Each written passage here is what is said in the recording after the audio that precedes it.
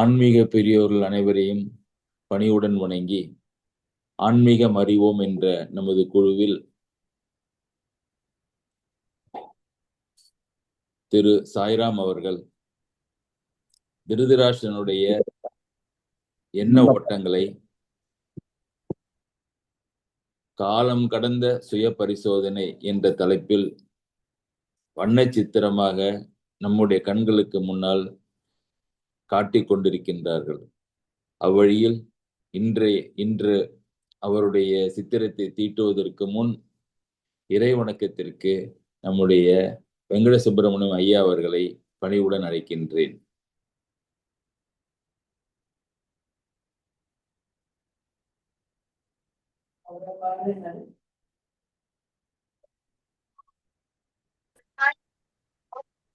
ஐயா, நீங்க பாடலாம்.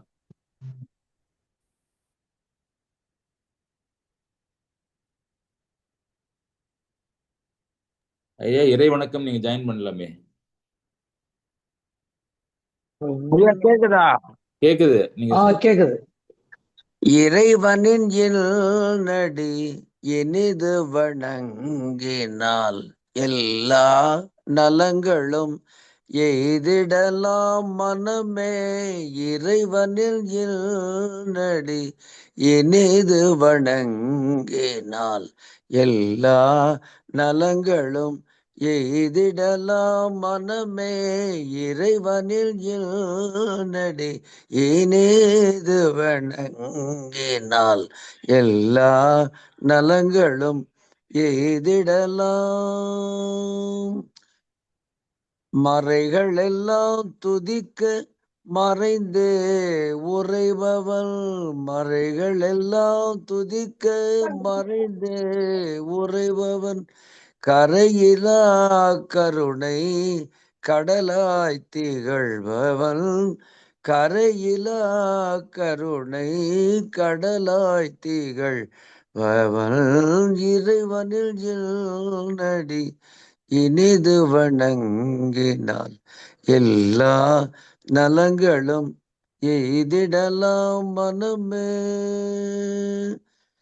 இனமொழி மதமெனும் எல்லைகள் கடந்தவன், இனமொழி மதமெனும் எல்லைகள் கடந்தவன், நான் எனது என்னும் எண்ணங்கள் மறந்தவன், நான் எனது என்னும் எண்ணங்கள் மறந்தவன், மனதினில் எண்ணியே துதித்தால் அருள்பவன், மனதினில் எண்ணியே துதித்தால் அருள்பவன், தன்னிகரில்லாத தனிப்பெரும் முதல்வன், தன்னிகரில்லாத தனிப்பெரும் முதல்வன், இறைவனில் இனிது வணங்கினான் எல்லா நலங்களும் எய்திடலாம் மனமே.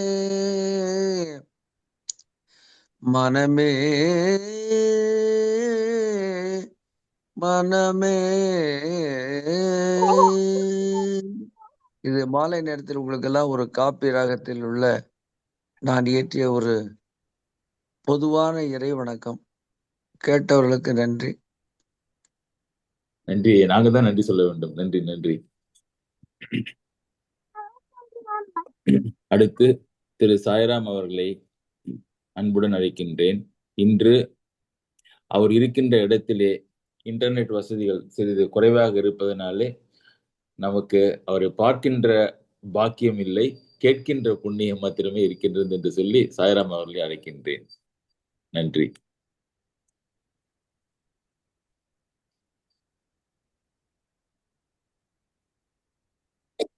Over to mister Sairam. ஐயா நன்றி. நிகழ்ச்சியை தொடங்கும் முன் அனைவருக்கும் ஒரு சிறிய வேண்டுகோள். தயவு செய்து அனைவரும் மியூட் செய்து கொள்ளும்படி தாழ்மையுடன் கேட்டுக்கொள்கின்றேன். நன்றி. ஆசிரியர் அவர்களுக்கும் இணையத்தின் வழி இணைந்திருக்கும் அனைவருக்கும் எனது இனிய மாலை வணக்கங்களை தெரிவித்துக் கொள்வதிலே பெரு மகிழ்ச்சி அடைகின்றேன். அற்புதமான முறையிலே இறை துதி செய்த சகோதரர் திரு வெங்கட சுப்பிரமணியம் அவர்களுக்கு எனது சிறப்பு வணக்கங்களும் நன்றிகளும் பல கோடி. இன்றைய தினம் நாம் திருதராஷ்டிர மன்னன் அவரது காலம் கடந்த சுய பரிசோதனை என்ற தலைப்பின் 5ஆம் பகுதியாக நமது சிந்தனையை தொடர இருக்கின்றோம். நமது கடந்த மாத சிந்தனையிலே, இந்த சிந்தனையின் 4ஆம் பகுதியிலே எப்படி ஒரு தவறான சில வாக்குறுதிகளை எல்லாம் சகுனி மற்றும் துரியோதனாதியர்கள் திருதராஷ்டிர மன்னனிடம் தெரிவித்து பாண்டவர்கள் படக்கூடிய அந்த துன்பத்தை கண்டு தாங்கள் மகிழ வேண்டும் என்ற ஒரு எண்ணத்திலே மன்னனிடம் தவறாக செய்தி சொல்கின்றார்கள். சென்ற முறையே நாம் 2 ஆங்கில வார்த்தைகளை உபயோகித்தோம். ஒன்று கன்சீலிங் ஆஃப் ஃபேக்ட்ஸ் என்பதாக ஒன்று, மற்றொன்று மிஸ்ரெப்ரசன்டேஷன் என்பதாக ஒன்று. இந்த 2ஐயும் ஆயுதமாக கையில் கொண்டு பசு கணக்கெடுப்பு செய்ய வேண்டும் என்பதாய் ஒரு தகவலும், வேட்டைக்கு செல்ல வேண்டும் என்பதாய் ஒன்றையும் மன்னனிடம் சொல்லி துரியோதனன் சகுனியின் மூலமாக அனுமதி பெறுகின்றான். மன்னனுக்கு வேறு வழியின்றி அனுமதி கொடுத்த பின்பு வைதவனத்திலே பாண்டவர்கள் இருந்த அந்த இடத்திற்கு சென்று துரியோதன ஆதியர்கள் தங்களுடைய திறமையை காட்ட முயல அந்த இடத்திலே இருந்த சித்திரசேனன் என்ற ஒரு கந்தர்வனுக்கும் துரியோதனுக்கும் அவனை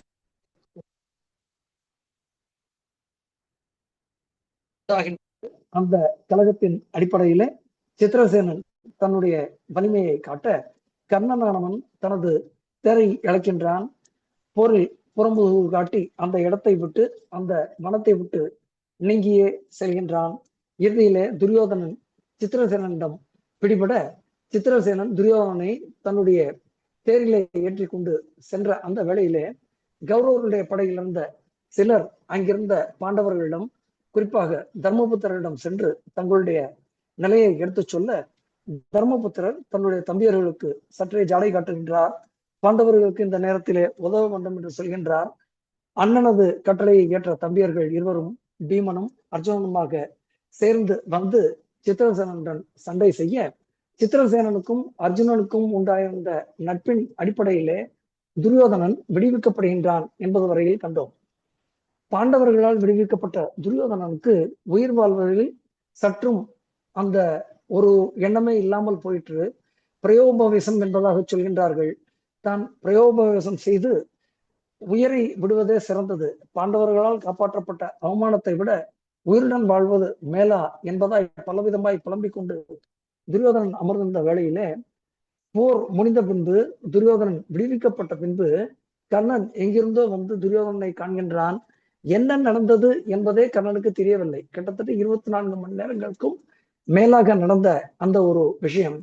துரியோதனன் வெற்றி பெற்றிருக்கின்றான் என்பதாக கர்ணன் எண்ணி துரியோதனனை சற்றே வாழ்த்தி பேச, துரியோதனன் வேறு வழியின்றி எத்தகையதொரு சிக்கலில் தான் மாட்டிக்கொண்டு விட்டான், எத்தகையதொரு இக்கட்டான கட்டத்திலே வேறு வழியே இன்றி பாண்டவர்களால் தான் விடுவிக்கப்பட்டான் என்பதை கூறி வருந்தி கொண்டிருந்த அந்த வேளையிலே மகாபாரதம் சொல்கின்றது, துரியோதனன் அமர்ந்திருந்த அந்த இடத்திற்கு தானவர்கள் என்று அழைக்கப்படக்கூடிய அசுரர்கள், அவர்களால் ஏவப்பட்ட ஒரு பெண் பிசாசு வந்து துரியோதனனை அள்ளிக்கொண்டு செல்கின்றது. பாதாள லோகத்திற்கு செல்கின்றது. பாதாள லோகத்திலே துரியோதனன் தைத்தியர்கள் முன்னால் நிற்கப்பட வைக்க, தைத்தியர்கள் துரியோதனனை பார்த்து அற்புதமான முறையிலே அவனுக்கு பற்பல செய்திகள் எல்லாம் சொல்கின்றார்கள். மிகவும் ஆச்சரியமான செய்தி. அந்த தைத்தியர்கள் துரியோதனனை மன்னனே என்று விളിக்கின்றார்கள். துரியோதன மன்னனே, உன்னை முற்காலத்திலே மகேஸ்வரருடைய அருளால் எங்களுடைய தவ வலிமையினால் நான் உங்களை பெற்றோம். துரியோதனனே, உன்னுடைய உடம்பின் மேல்பாகம், அதாவது நாபிக்கு மேல்பாகம் இருக்கக்கூடிய அந்த பகுதியானது வஜ்ர குவியலால் ஆனது. அந்த நாபிக்கு கீழே இருக்கக்கூடிய அந்த பாகம் தேவியால் புஷ்பமயமாகவும் மங்கையர் மனம் கவரக்கூடிய தன்மை வாய்ந்ததாகவும் அமைந்திருக்கின்றது. நாபிக்கு மேலே வஜ்ர குவியலாய் இருக்கக்கூடிய உன்னுடைய இந்த உடலை எந்த ஒரு அஸ்திரங்களாலும் சஸ்திரங்களாலும் எந்த ஒரு ஆயுதத்தை கொண்டும் எதிரிகளால் உன்னை பிளக்கவே முடியாது. அந்த அளவுக்கு உன்னுடைய உடலிலே வலு உண்டு. துரியோதனனே, நீ மிகவும் தெய்வத்தன்மை பொருந்தியவன். எந்த அளவுக்கு தெய்வத்தன்மை பொருந்தியவன் என்று சொன்னால், உன்னுடைய உடலின் மேல்பாகம் தேவனாலும் உன்னுடைய உடலின் கீழ்பாகம் தேவியாலும் இருவருமாக சேர்ந்து உன்னை படைத்தார்கள். உனக்கு உதவி செய்ய வேண்டிய தானவர்கள் பூமியிலே பிறந்திருக்கின்றார்கள். உனக்கு உதவுவதற்காக லட்சக்கணக்கிலே அசுரர்களும் ராட்சசர்களும் நாங்கள் ஏறி உள்ளோம். அவர்கள் உனக்கு உன்னுடைய படையில் சேர்ந்து உனக்கு உதவி செய்ய வெகு சித்தமாய் உள்ளார்கள். அவர்களை சமசப்தர்கள் என்று வருங்கால போரிலே அவர்கள் அறிவார்கள். சமசப்தர்கள் என்றால் என்ன தெரியுமா? வெல்வது அல்லது இறப்பது என்பதாய் கோஷமிட்டு கொண்டே போர் புரிவர். எங்களுக்கு துரியோதனனே, அதாவது தானவர்களாகிய எங்களுடைய இனத்திற்கு துரியோதன மன்னனே, நீயே கதி. பாண்டவர்கள் எப்படி தேவர்களுக்கு கதியோ அதுபோல நீயே எங்களுக்கு கதி. அதனால் நீ பிரயோபவேசம் செய்து உயிரை விடக்கூடிய எண்ணத்தை நீ மாற்றிக்கொண்டே ஆக வேண்டும் என்பதாய் சொல்ல, துரியோதன மன்னனுக்கு சற்றே மனத்தில் தெளிவு பிறக்கின்றது. அவன் மெதுவாக தெளிவு பெறக்கூடிய அந்த வேளையிலே எந்த ஒரு பிசாசானது துவைதவனத்திலிருந்து பாதாள லோகம் அழைத்து சென்றதோ அதே பிசாசு அவனை மீண்டும் எந்த இடத்தில் இருந்து கவர்ந்ததோ அதே இடத்தில் விட்டுவிட்டு செல்கின்றது. மெதுவாக துரியோதன மன்னன் தானவர்கள் தனக்கு கொடுத்த அந்த ஆறுதல்களை எல்லாம் எண்ணி பார்த்து நாடு திரும்பலாமா என யோசிக்கின்றான். இந்த இடத்திலே தானவர்கள் சொன்ன ஒரு மற்றொரு ஆச்சரியமான செய்தியும் கூட இங்கு உண்டு. என்ன என்று கேட்டால், மிகவும் சோர்ந்து போயிருக்கக்கூடிய ஒருவனை எப்படியெல்லாம் ஒருவருடைய வார்த்தை தேற்றிவிடும் என்பதற்கு இந்த கருத்து மிகவும் அற்புதமான ஒரு கருத்து. தைத்தியர்கள் துரியோதனனை பார்த்து சொல்கின்றார்கள், துரியோதன மன்னனே, நரகன் என்ற ஒருவன் இருந்தான் அல்லவா, உனக்கு தெரியும். அந்த நரகனை கிருஷ்ண பரமாத்மா கொன்று விட்டார். எந்த ஒரு கிருஷ்ண பரமாத்மாவினாலே இந்த நரகன் இறந்து போனானோ அவனுடைய ஆத்மா இப்பொழுது கர்ணனுடைய மூர்த்தியை அடைந்துள்ளது. எந்த ஒரு கர்ணன் உன்னுடைய உயிர் நண்பன் உனக்காக எதையும் செய்வான் என்று நம்புகின்றாயோ அந்த கர்ணனின் உயிரிலே இந்த நரகனுடைய ஆத்மா உள்ளது. அதனால் நிச்சயமாக இந்த கர்ணனானவன் கேசவனை ஆகட்டும் அர்ஜுனனை ஆகட்டும் நிச்சயமாக போரில் வென்று விடுவான், பகைவர்களை அழித்து விடுவான். நிச்சயமாக நீ உன்னுடைய நாடு சென்று போருக்கு வேண்டிய ஆயுதங்களை செய் என்பதாக ஒரு அறிவுரை சொல்கின்றார்கள். அது மட்டுமல்ல, பின்னாளிலே நாம் காணக்கூடிய ஒரு எச்சரிக்கை. அதாவது இந்திரன் வந்து கர்ணனிடம் கவச்ச குண்டலங்களை கேட்டான் என்பதெல்லாம் பிற்காலத்திலே வரக்கூடிய ஒரு கதை. ஆனால் அந்த ஒரு எச்சரிக்கையும் கூட இந்த இடத்திலே இந்த தானவர்களால் துரியோதன மன்னனுக்கு வழங்கப்படுகின்றது. துரியோதனனே, உன்னுடைய உயிர் நண்பன் கர்ணன், அவனிடம் இருக்கக்கூடிய கவச்சங்களும் குண்டலங்களும் இருக்கும் வரை அவனை யாரும் வெல்ல முடியாது, கொல்ல முடியாது. ஆனால் விதியின் விளையாட்டு சற்றே வித்தியாசமாக இருக்கின்றது. துரியோதனனே, அந்த கவச்ச குண்டலங்களை அர்ஜுனனை காக்கும் பொருட்டு நிச்சயமாக இந்திரன் வந்து கவர்ந்து செல்வான் என்ற ஒரு செய்தியும் இந்த இடத்திலே சொல்லப்படுகின்றது. இவை அனைத்தையும் கேட்டுக்கொண்ட துரியோதனன் தான் மீண்டும் வந்து அந்த துவைதவனத்திலே சற்றே ஆலோசித்து விட்டு அந்த இடத்திலிருந்து மெதுவாக தன்னுடைய நகர் செல்வது பற்றி சிந்திக்கின்றான். தன்னுடைய நகரை அடைகின்றான். நம்முடைய சிந்தனைக்காக ஒன்றே ஒன்று மட்டும், இந்த நிகழ்ச்சி நடப்பது கிட்டத்தட்ட 12 ஆண்டுகள் நிறைவு பெறக்கூடிய அந்த தருணத்திலே. எந்த 12 ஆண்டுகள்? பாண்டவர்கள் வனவாசத்திலே இருக்கக்கூடிய அந்த 12 ஆண்டுகள். இவை அனைத்தையும் கேட்டுவிட்ட இந்த துரியோதனன் நிச்சயமாக கர்ணனை அழைத்து இவ்வாறாக ஒரு எச்சரிக்கையை நான் பெற்றேன் என்பதாக கர்ணனிடம் சொல்லியிருக்கலாம். ஆனால் என்ன காரணமோ துரியோதனனால் கர்ணனிடம் இது பற்றி எதுவுமே சொல்ல முடியாமலே போயிற்று. சொன்னால் கர்ணன் இதை ஏற்பானா என்ற ஒரு எண்ணமாக இருந்திருக்கலாம், அல்லது நடக்கும்போது பார்த்து கொள்ளலாமே என்ற ஒரு அலட்சிய போக்காகவும் இருந்திருக்கலாம். இவை அனைத்தும் போயிற்று. துரியோதனன் சபைக்கு வந்தான். சபைக்கு அவன் வரும் முன்னே என்ன நடந்தது என்று சபையில் இருந்த அனைவருக்கும் தெரிந்திருந்தது. பீஷ்மர் வழக்கம் போல துரியோதனனை அழைத்து துரியோதனனுக்கு வேண்டிய மட்டும் அறிவுரை சொன்னார். பாண்டவர்களிடம் பகைமை வேண்டாம், சந்தி செய்து கொள் துரியோதனா என்று சொன்னார். ஆனால் துரியோதனனுக்கு அந்த பேச்சு நிச்சயமாக பிடிக்கவில்லை. பீஷ்மரை அவமரியாதை செய்யும் பொருட்டு அவன் அளவுக்கு அதிகமாக சிரிக்க பீஷ்மர் வெட்கி தலை குனிந்து தன்னிடத்திலிருந்து தன்னுடைய மாளிகையை நோக்கி பயணப்பட்டார். பீஷ்மர் தன்னுடைய மாளிகையை சென்று விட்டார் என்பதை அறிந்த துரியோதனன் மீண்டும் அவைக்கு வருகின்றான். அவையிலே இருந்தவர்கள் அனைவரும் கௌரவர்கள், சகுனி மற்றும் கர்ணன்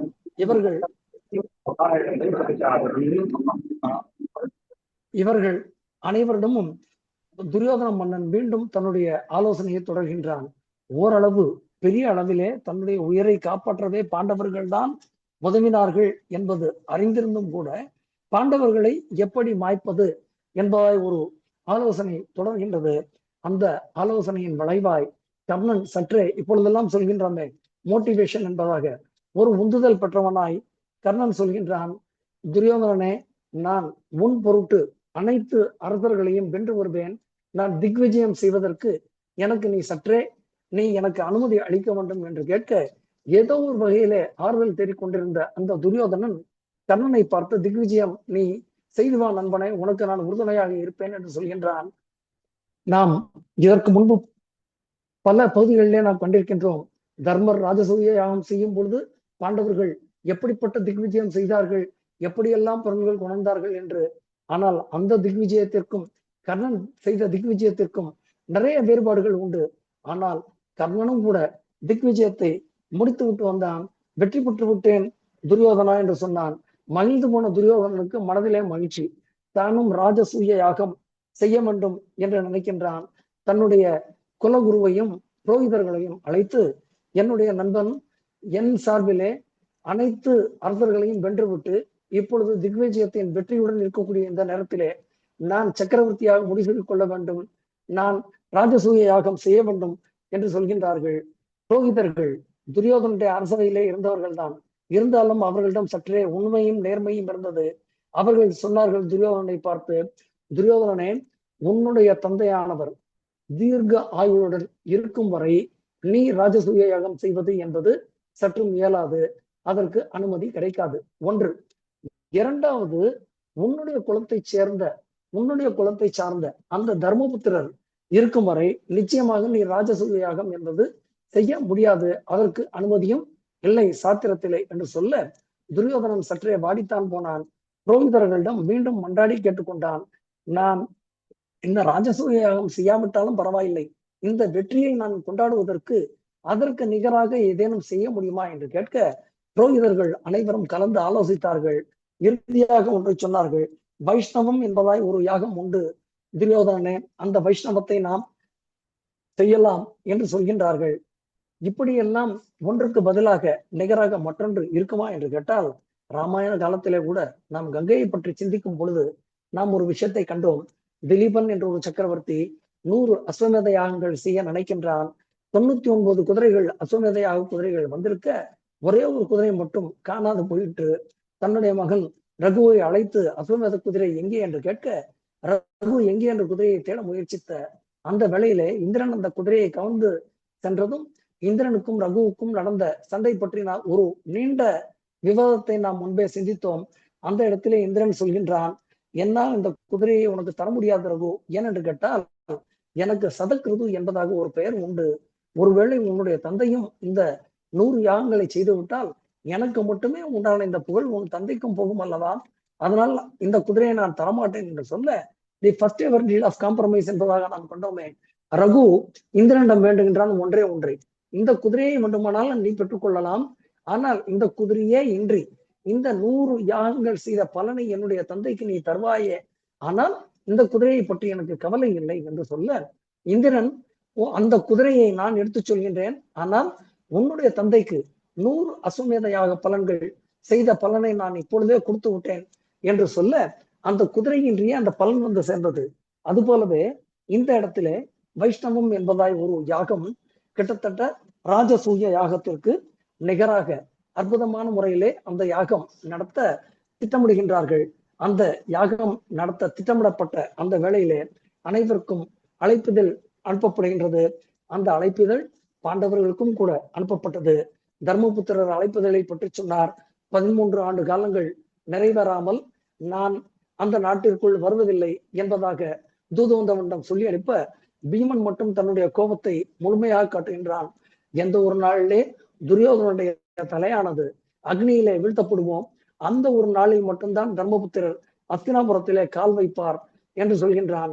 பாண்டவர்கள் இன்றி அந்த யாகம் அதி அற்புதமான முறையிலே நடைபெற்று முடிகின்றது. கர்ணன் மட்டும் மகிழ்ச்சியிலே சொன்னான் துரியோதனை பார்த்து, துரியோதனா, பாண்டவர்களை யுத்தத்தில் நாம் நிச்சயமாக கொள்வோம். நாம் கொன்ற பிறகு நீ ராஜசூய யாகம் செய்ய வேண்டும். அப்பொழுது நான் உன்னை இதற்கும் மேலே அதிகமாக பூஜிப்பேன் என்று சொல்கின்றான். கர்ணன் சொன்னதை கேட்டு துரியோதனன் மகிழ்ந்தே போனான். அத்துடன் நிற்கவில்லை கர்ணன், 4 விதமான சபதங்களும் செய்கின்றான். என்ன என்று கேட்டால் மிக ஆச்சரியமான சபதங்கள். துரியோதன மன்னனே, அர்ஜுனனை கொல்லும் வரை நான் கால்களை அலம்ப மாட்டேன், மாம்சம் உண்ண மாட்டேன், மது அருந்த மாட்டேன், யாசிப்பவர்க்கு இல்லை என சொல்ல மாட்டேன். பல்வேறு விதமாய் கற்றவர்கள் எல்லாம் இதற்கு வெவ்வேறு விதமாய் பொருள்படும்படி தங்களுடைய கருத்துக்களை சொல்கின்றார்கள். ஆனால் என்னுடைய மனத்திலே தோன்றக்கூடிய ஒரு கருத்து என்ன என்று கேட்டால், அர்ஜுனனை கொல்லும் வரை கால் அலம்ப மாட்டேன் என்று சொன்னால், நாம் முன்பே கண்டோம் 12 ஆண்டுகள் நிறைவு பெறக்கூடிய தருணத்திலே தான் இவை அனைத்தும் நடக்கின்றன. அப்படி என்று சொன்னால் 1 ஆண்டு கால அஞ்ஞாத வாசத்திலே பாண்டவர்கள் எந்த விதமான பயிற்சியும் இன்றி அவர்கள் எங்கிருக்கின்றார்கள் என்பதே தெரியாமல் அவர்கள் போய் விடுவார்கள். ஆனால் அந்த ஓராண்டு காலத்திலே தான் கால் கழுவி ஒருவேளை ஓய்வெடுத்துக் கொண்டால் அர்ஜுனனை எதிர்த்து நிற்கக்கூடிய பயிற்சியிலிருந்து தான் வளர வேண்டி வரலாம் என்பதனை கருத்தில் கொண்டு பயிற்சிக்கு முக்கியத்துவம் அளித்து இந்த கர்ணனானவன் அப்படி ஒரு சபதத்தை செய்திருக்கலாம் என்பது என்னுடைய கருத்து. அடுத்ததாக மாம்சம் உண்ண மாட்டேன் என்பதாக நாம் இன்று அதிக அளவிலே பார்க்கின்றோமே. மாம்சம் உண்டு விட்டால் நம்முடைய எண்ணத்தின் வலுவை மாற்றி அமைக்கக்கூடிய தன்மையை மாம்சம் கொடுக்கும் என்பதாக ஒரு கருத்து உண்டு. மது அருந்த மாட்டேன், எண்ணத்தை மாற்றுவது மட்டுமல்ல, மறக்கடிக்கக்கூடிய ஒரு தன்மையும் கூட இந்த மதுவிற்கு உண்டு என்ற ஒரு காரணத்தினாலே கர்ணன் அத்தகையதொரு சபதத்தை செய்திருக்கலாம். அதற்கு அடுத்ததாக அவன் சொன்ன சபதம், அதன்படி அவன் நடந்தானா என்பதை நாம் முறையின் பிற்பகுதியிலே காண முற்படுவோம். யாசிப்பவர்க்கு இல்லை என சொல்ல மாட்டேன் என்று சொல்கின்றான். இவை அனைத்தையும் கேட்ட கௌரவர்கள் மகிழ்ந்து போனார்கள். துரியோதனன் வெகு அழகாக கர்ணனை பாராட்டினான், மிகவும் மகிழ்ந்தே போனான். இவர்கள் எல்லாம் இவ்வாறு மகிழ்ந்திருக்க திருதராஷ்டிர மன்னனுக்கு மட்டும் சற்றே வருந்தி போனான். தன்னுடைய வருத்தத்திலே சஞ்சயனிடம் பிற்காலத்திலே சொல்ல தொடங்குகின்றான். பாண்டவர்களிடம் தோட்டு போய் ஓடி வந்த கர்ணனை நம்பி துரியோதனன் இன்னும் கூட பாண்டவர்களிடம் சந்தி செய்யாமல் இருக்கின்றானே, என்ன செய்வது? எப்பொழுது இவன் அவர்களிடம் போருக்கு சென்று கர்ணனுடைய பலத்தினால் இவன் காப்பாற்றப்பட முடியாமல் பாண்டவர்களால் காப்பாற்றப்பட்டானோ, அப்பொழுதே சஞ்சயனே, நிச்சயமாக நம் பக்கம் வெற்றி இல்லை என்பது எனக்கு தெரிந்து போயிற்று என்று புலம்புகின்றான் மன்னன். அது மட்டும்தானா? அந்த புலம்பல்கள் மேலும் மேலும் தொடர்கின்றது. துரியோதனன் திக்விஜயம் செய்து முடித்த பின்பு வைஷ்ணவம் என்ற யாகம் செய்து முடித்த பிறகு இருக்கக்கூடிய சில நாட்கள் நிம்மதியாக அரசாள வேண்டும் என்று நினைத்தான். அவனுடன் பீஷ்மர் இருந்தார், துரோணர் இருந்தார், கிருப்பர் முதலியோர் உடன் இருக்க வெகு மகிழ்வாய் இவன் இங்கிருந்தான். மகிழ்வாய் துரியோதனன் நாட்டிலே இருக்க, காட்டிலே தர்மபுத்திரரும் பாண்டவர்களும் சற்றே நிம்மதியின்றி உறக்கமின்றி அலைந்தார்கள். அவ்வாறு உறக்கமின்றி அவர்கள் இருந்த அந்த துவைத வனத்திலே ஒரு நாள் தர்மபுத்திரருடைய கனவிலே சில விலங்குகள் வந்தன. விலங்குகள் வந்து தர்மபுத்திரரை வணங்கி அவரிடம் ஒரு கோரிக்கை வைத்தன. தர்மபுத்திரரே, எங்களுடைய வம்சம் அடியோடு அழிந்து போகாத வண்ணம் இருக்க வேண்டியும், எங்களுடைய வம்சத்தின் விருத்தி வேண்டியும் நாங்கள் உங்களை சரண் போகின்றோம் என்று சொன்னன. ஏதோ கண்விழித்து பார்த்த தர்மருக்கு புரிந்து போயிற்று. ஒருவேளை துவைதவனத்திலே அளவுக்கு அதிகமாக அவர்கள் வேட்டையாடியதன் பொருட்டு விலங்குகளின் எண்ணிக்கை குறைந்து போயிருக்குமோ என்னவோ நமக்கு தெரியவில்லை. நம்முடைய ஊகம்தான். தர்மபுத்திரர் முடிவு செய்தார், அங்கிருந்து துவைதவனத்தை விட்டுவிட்டு காமியவனம் செல்ல வேண்டும் என்று நினைக்கின்றார். காமியவனம் செல்லக்கூடிய அந்த நேரத்திலே வியாச மகரிஷி வந்து தர்மபுத்திரரையும் மிகுதி பாண்டவர்களையும் அங்கு பார்க்கின்றார். எந்த ஒரு நேரத்திலே எத்தகையதொரு அறிவுரை வழங்கப்பட வேண்டுமோ அவை அனைத்தும் மீண்டும் தர்மபுத்திரருக்கு வழங்கப்படுகின்றது வியாசரால். வெகு நீண்ட ஒரு உரையாடல். ஆனால் இன்றைய காலகட்டத்திற்கு நமக்கு எது தேவை என்று நினைக்கின்றனோ அந்த ஒன்றை மட்டும் நான் தொட்டுவிட்டு மேலே சொல்கின்றேன். தானம் என்ற ஒரு செயலின் புண்ணியங்கள் எப்படி, அதனுடைய பெருமை எத்தகையது என்பதை வியாசர் அதி அற்புதமாக சொல்கின்றார். ஒரே ஒரு கதையும் இந்த இடத்திலே சொல்லப்படுகின்றது. முத்கலர் என்பதாய் ஒரு மிகப்பெரிய தபசி. அந்த தபசியின் நிலை என்ன என்று கேட்டால் 15 நாட்களுக்கு ஒரு முறை உணவு கொள்வார். உணவு கொண்டு விட்டு அந்த 15 நாட்களிலே சிறிது சிறிதாக தானியங்கள் சேர்த்து வைப்பார். 15வது நாளிலே உணவு செய்வார், அதை உட்கொள்வார். இவ்வாறாக முத்கலர் இருந்த அந்த நேரத்திலே அந்த இடத்திற்கு உங்களுடைய ஊகம் சரிதான். துர்வாச முனிவர் வந்தார், முத்கலரை சோதிக்க எண்ணினார். முதல் 15 நாள் ஆகாரம் சரியான உடனே துர்வாச முனி கேட்டார், பசிக்கிறது என்று கேட்டார். முத்கலரால் அந்த உணவு வழங்கப்பட்டது. அடுத்த முறையும் வழங்கப்பட்டது, அடுத்த முறையும் வழங்கப்பட்டது. இவ்வாறாக ஒரு முறை அல்ல, 2 முறை அல்ல, 6 முறை முத்கலர் உபவாசத்துடன் இருக்க துர்வாசர் குணம் அனைத்தையும் பெற்றார். அவருடைய சோதனையிலே முத்கலர் வெற்றி பெற்று விட்டார். மிகச்சிறந்த கொடையாளி என்பதாக முத்கலருக்கு ஒரு சான்று கொடுத்து விட்டு துர்வாசர் அங்கிருந்து நீங்கி சென்றார். எங்கு சென்றார் என்பதை நாம் பார்க்கும் முன்பு ஒரு சிறிய விஷயத்தை தொட்டு விட்டு செல்லலாம். எந்த அளவுக்கு இந்த முத்கலர் செய்த தானமானது சிறந்தது என்று கேட்டால், தேவலோகத்திலிருந்து ஒரு விமானம் வந்தது. முத்கலரை அந்த விமானத்திலே அமரச் சொன்னது. நீங்கள் செய்த இந்த தானத்தின் பொருட்டு தாங்கள் சொர்க்கம் வருவதற்கு உண்டான தகுதியை பெற்றுவிட்டீர்கள் என்று அந்த தேவதூதன் சொன்னான். முத்கலர் தேவதூதனிடம் ஒன்று கேட்டார், இந்த சொர்க்கத்தின் நிலை பற்றி எனக்கு சொல்ல முடியுமா என்று கேட்டார். மகாபாரதம் பக்கம் பக்கமாய் சொர்க்கத்தின் நிலையை பற்றி சொல்கின்றது. இறுதியிலே முத்கலருக்கு ஒன்று புரிந்து போயிற்று. என்ன என்று கேட்டால், சொர்க்கமும் கூட நிலையற்ற தன்மை கொண்ட ஒரு இடம்தான் என்பது அவருக்கு புரிந்து போயிற்று. தேவதூதனை பார்த்து சொன்னார், இனி நான் சொர்க்கத்திற்கு வருவதில்லை, நான் என்னுடைய ஆசிரமத்திற்கு செல்கின்றேன் என்று முத்கலர் அந்த பக்கம் திரும்பி தன்னுடைய ஆசிரமம் சென்ற அந்த வேளையிலே முத்கலனுடைய உபசரிப்பை மகிழ்வுடன் ஏற்றுக்கொண்டிருந்த துர்வாசர் தன்னுடைய 10,000 சீடர்களையும் அழைத்து கொண்டு துரியோதனுடைய அவைக்கு வருகின்றார். எந்த நேரத்திலே அவர் வந்தார் தெரியுமா? பாண்டவர்களால் அவமானப்பட்டு எப்படியாவது பாண்டவர்களை வீழ்த்தி விட வேண்டும், எப்படி அவர்களை கொல்வது என்பது பற்றி அறியாமல் தன்னுடன் இருந்த மந்திரிமார்களிடம், சகுனியுடனும் கர்ணனுடனும் துரியோதனன் ஆலோசனை செய்து கொண்டிருந்த அந்த வேளையிலே அந்த துர்வாச முனிவர் அந்த இடத்திலே வர துரியோதனன் சற்றே திகைத்துத்தான் போனான். வேறு வழி இல்லை, வந்திருப்பது துர்வாசர். அவருக்கு செய்ய வேண்டிய மரியாதைகள் அத்தனையும் செய்து தன்னுடைய அரண்மனையிலே அவர் இருக்க வேண்டும் என்று துரியோதனன் கேட்டுக்கொள்ள துர்வாச முனிவர் அந்த இடத்திலே தங்குகின்றார். விளையாட்டு தொடங்குகின்றது. ஒன்றல்ல, இரண்டல்ல, 10,000 பேருடன் அங்கு இருந்த நேரம். துரியோதனனை அழைப்பார், எனக்கு இப்பொழுதே உணவு வேண்டும் என்று சொல்வார். துரியோதனன் வேறு வழி, அனைவருக்கும் உணவு செய்து வைத்து காத்திருப்பான். நான் நீராடச் செல்கிறேன் என்று துர்வாசர் சொல்லிவிட்டு அந்த இடத்திலிருந்து செல்வார், மறைந்தே போய்விடுவார். துர்வாசர் திரும்பி வருவார் என்று துரியோதன மன்னன் காத்திருப்பான். அன்று அவர் வரவே மாட்டார். இரவு நேரத்திலே வருவார். இப்பொழுது பசிக்கிறது, உடனே எனக்கு அன்னம் வை என்று கேட்பார். வேறு வழி, உடனே அவருக்கு அன்னம் தயார் செய்ய சொல்வான் துரியோதன மன்னன். அன்னம் தயாரித்து துர்வாசருக்கு அவன் வழங்கக்கூடிய அந்த வேளையிலே அன்னத்திலே அது இல்லை, இது இல்லை, அப்படி இல்லை, இப்படி இல்லை என்று பல்வேறு விதமாய் துரியோதனை துன்புறுத்துவார். ஆனால் துர்வாசனுடைய குணம் தெரிந்த துரியோதனன் சற்றும் தளராமல், சற்றும் கோபப்படாமல் முனிவரை பெரிய அளவிலே மகிழ்வித்தான். மகிழ்ந்து போனார் துர்வாசர். துரியோதனா, உனக்கு என்ன வரம் வேண்டும் என்று கேட்டார். துரியோதன் பாண்டவர்களிடமிருந்து தன் உயிரை காப்பாற்றிக் கொண்ட துரியோதனன் குறைந்த அளவு நன்றிக்குடன் அவருக்கு செலுத்தி இருக்கலாம். ஆனால் துர்வாசரை பார்த்து கேட்டான், தன்னிடம் அகதியாய் வந்து தன்னை மகிழ்வித்தது போல பாண்டவர்களுக்கும் அகதியாக, அதிதியாக நீங்கள் செல்ல வேண்டும் துர்வாச முனிவரே. எப்பொழுது செல்ல வேண்டும் தெரியுமா?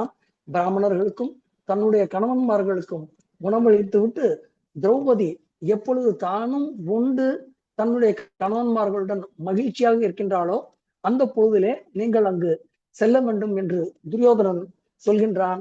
அதை சந்தோஷமாக ஏற்ற துர்வாச முனிவர் அங்கிருந்து நேராக பாண்டவர்கள் இருந்த அந்த இடத்திற்கு செல்கின்றார். இது திருதராஷ்டிர மன்னனுக்கு தெரியாமல் போனது, அல்லது திருதராஷ்டிர மன்னன் தெரிந்தும் இதை சொல்லாமல் போனது, அல்லது புத்தகத்தில் இந்த பதிப்பில் விட்டு போனது நமக்கு தெரியாது. ஆனால் இந்த ஒரு நிகழ்ச்சியையாவது அவன் தடுத்திருக்கலாம். தடுக்காது போனதன் காரணம் பாண்டவர்களுடைய கோபம் சற்றே அதிகமாகத்தான் போயிற்று. துரியோதன் நினைத்தது வேறு, அங்கு நடந்தது வேறு.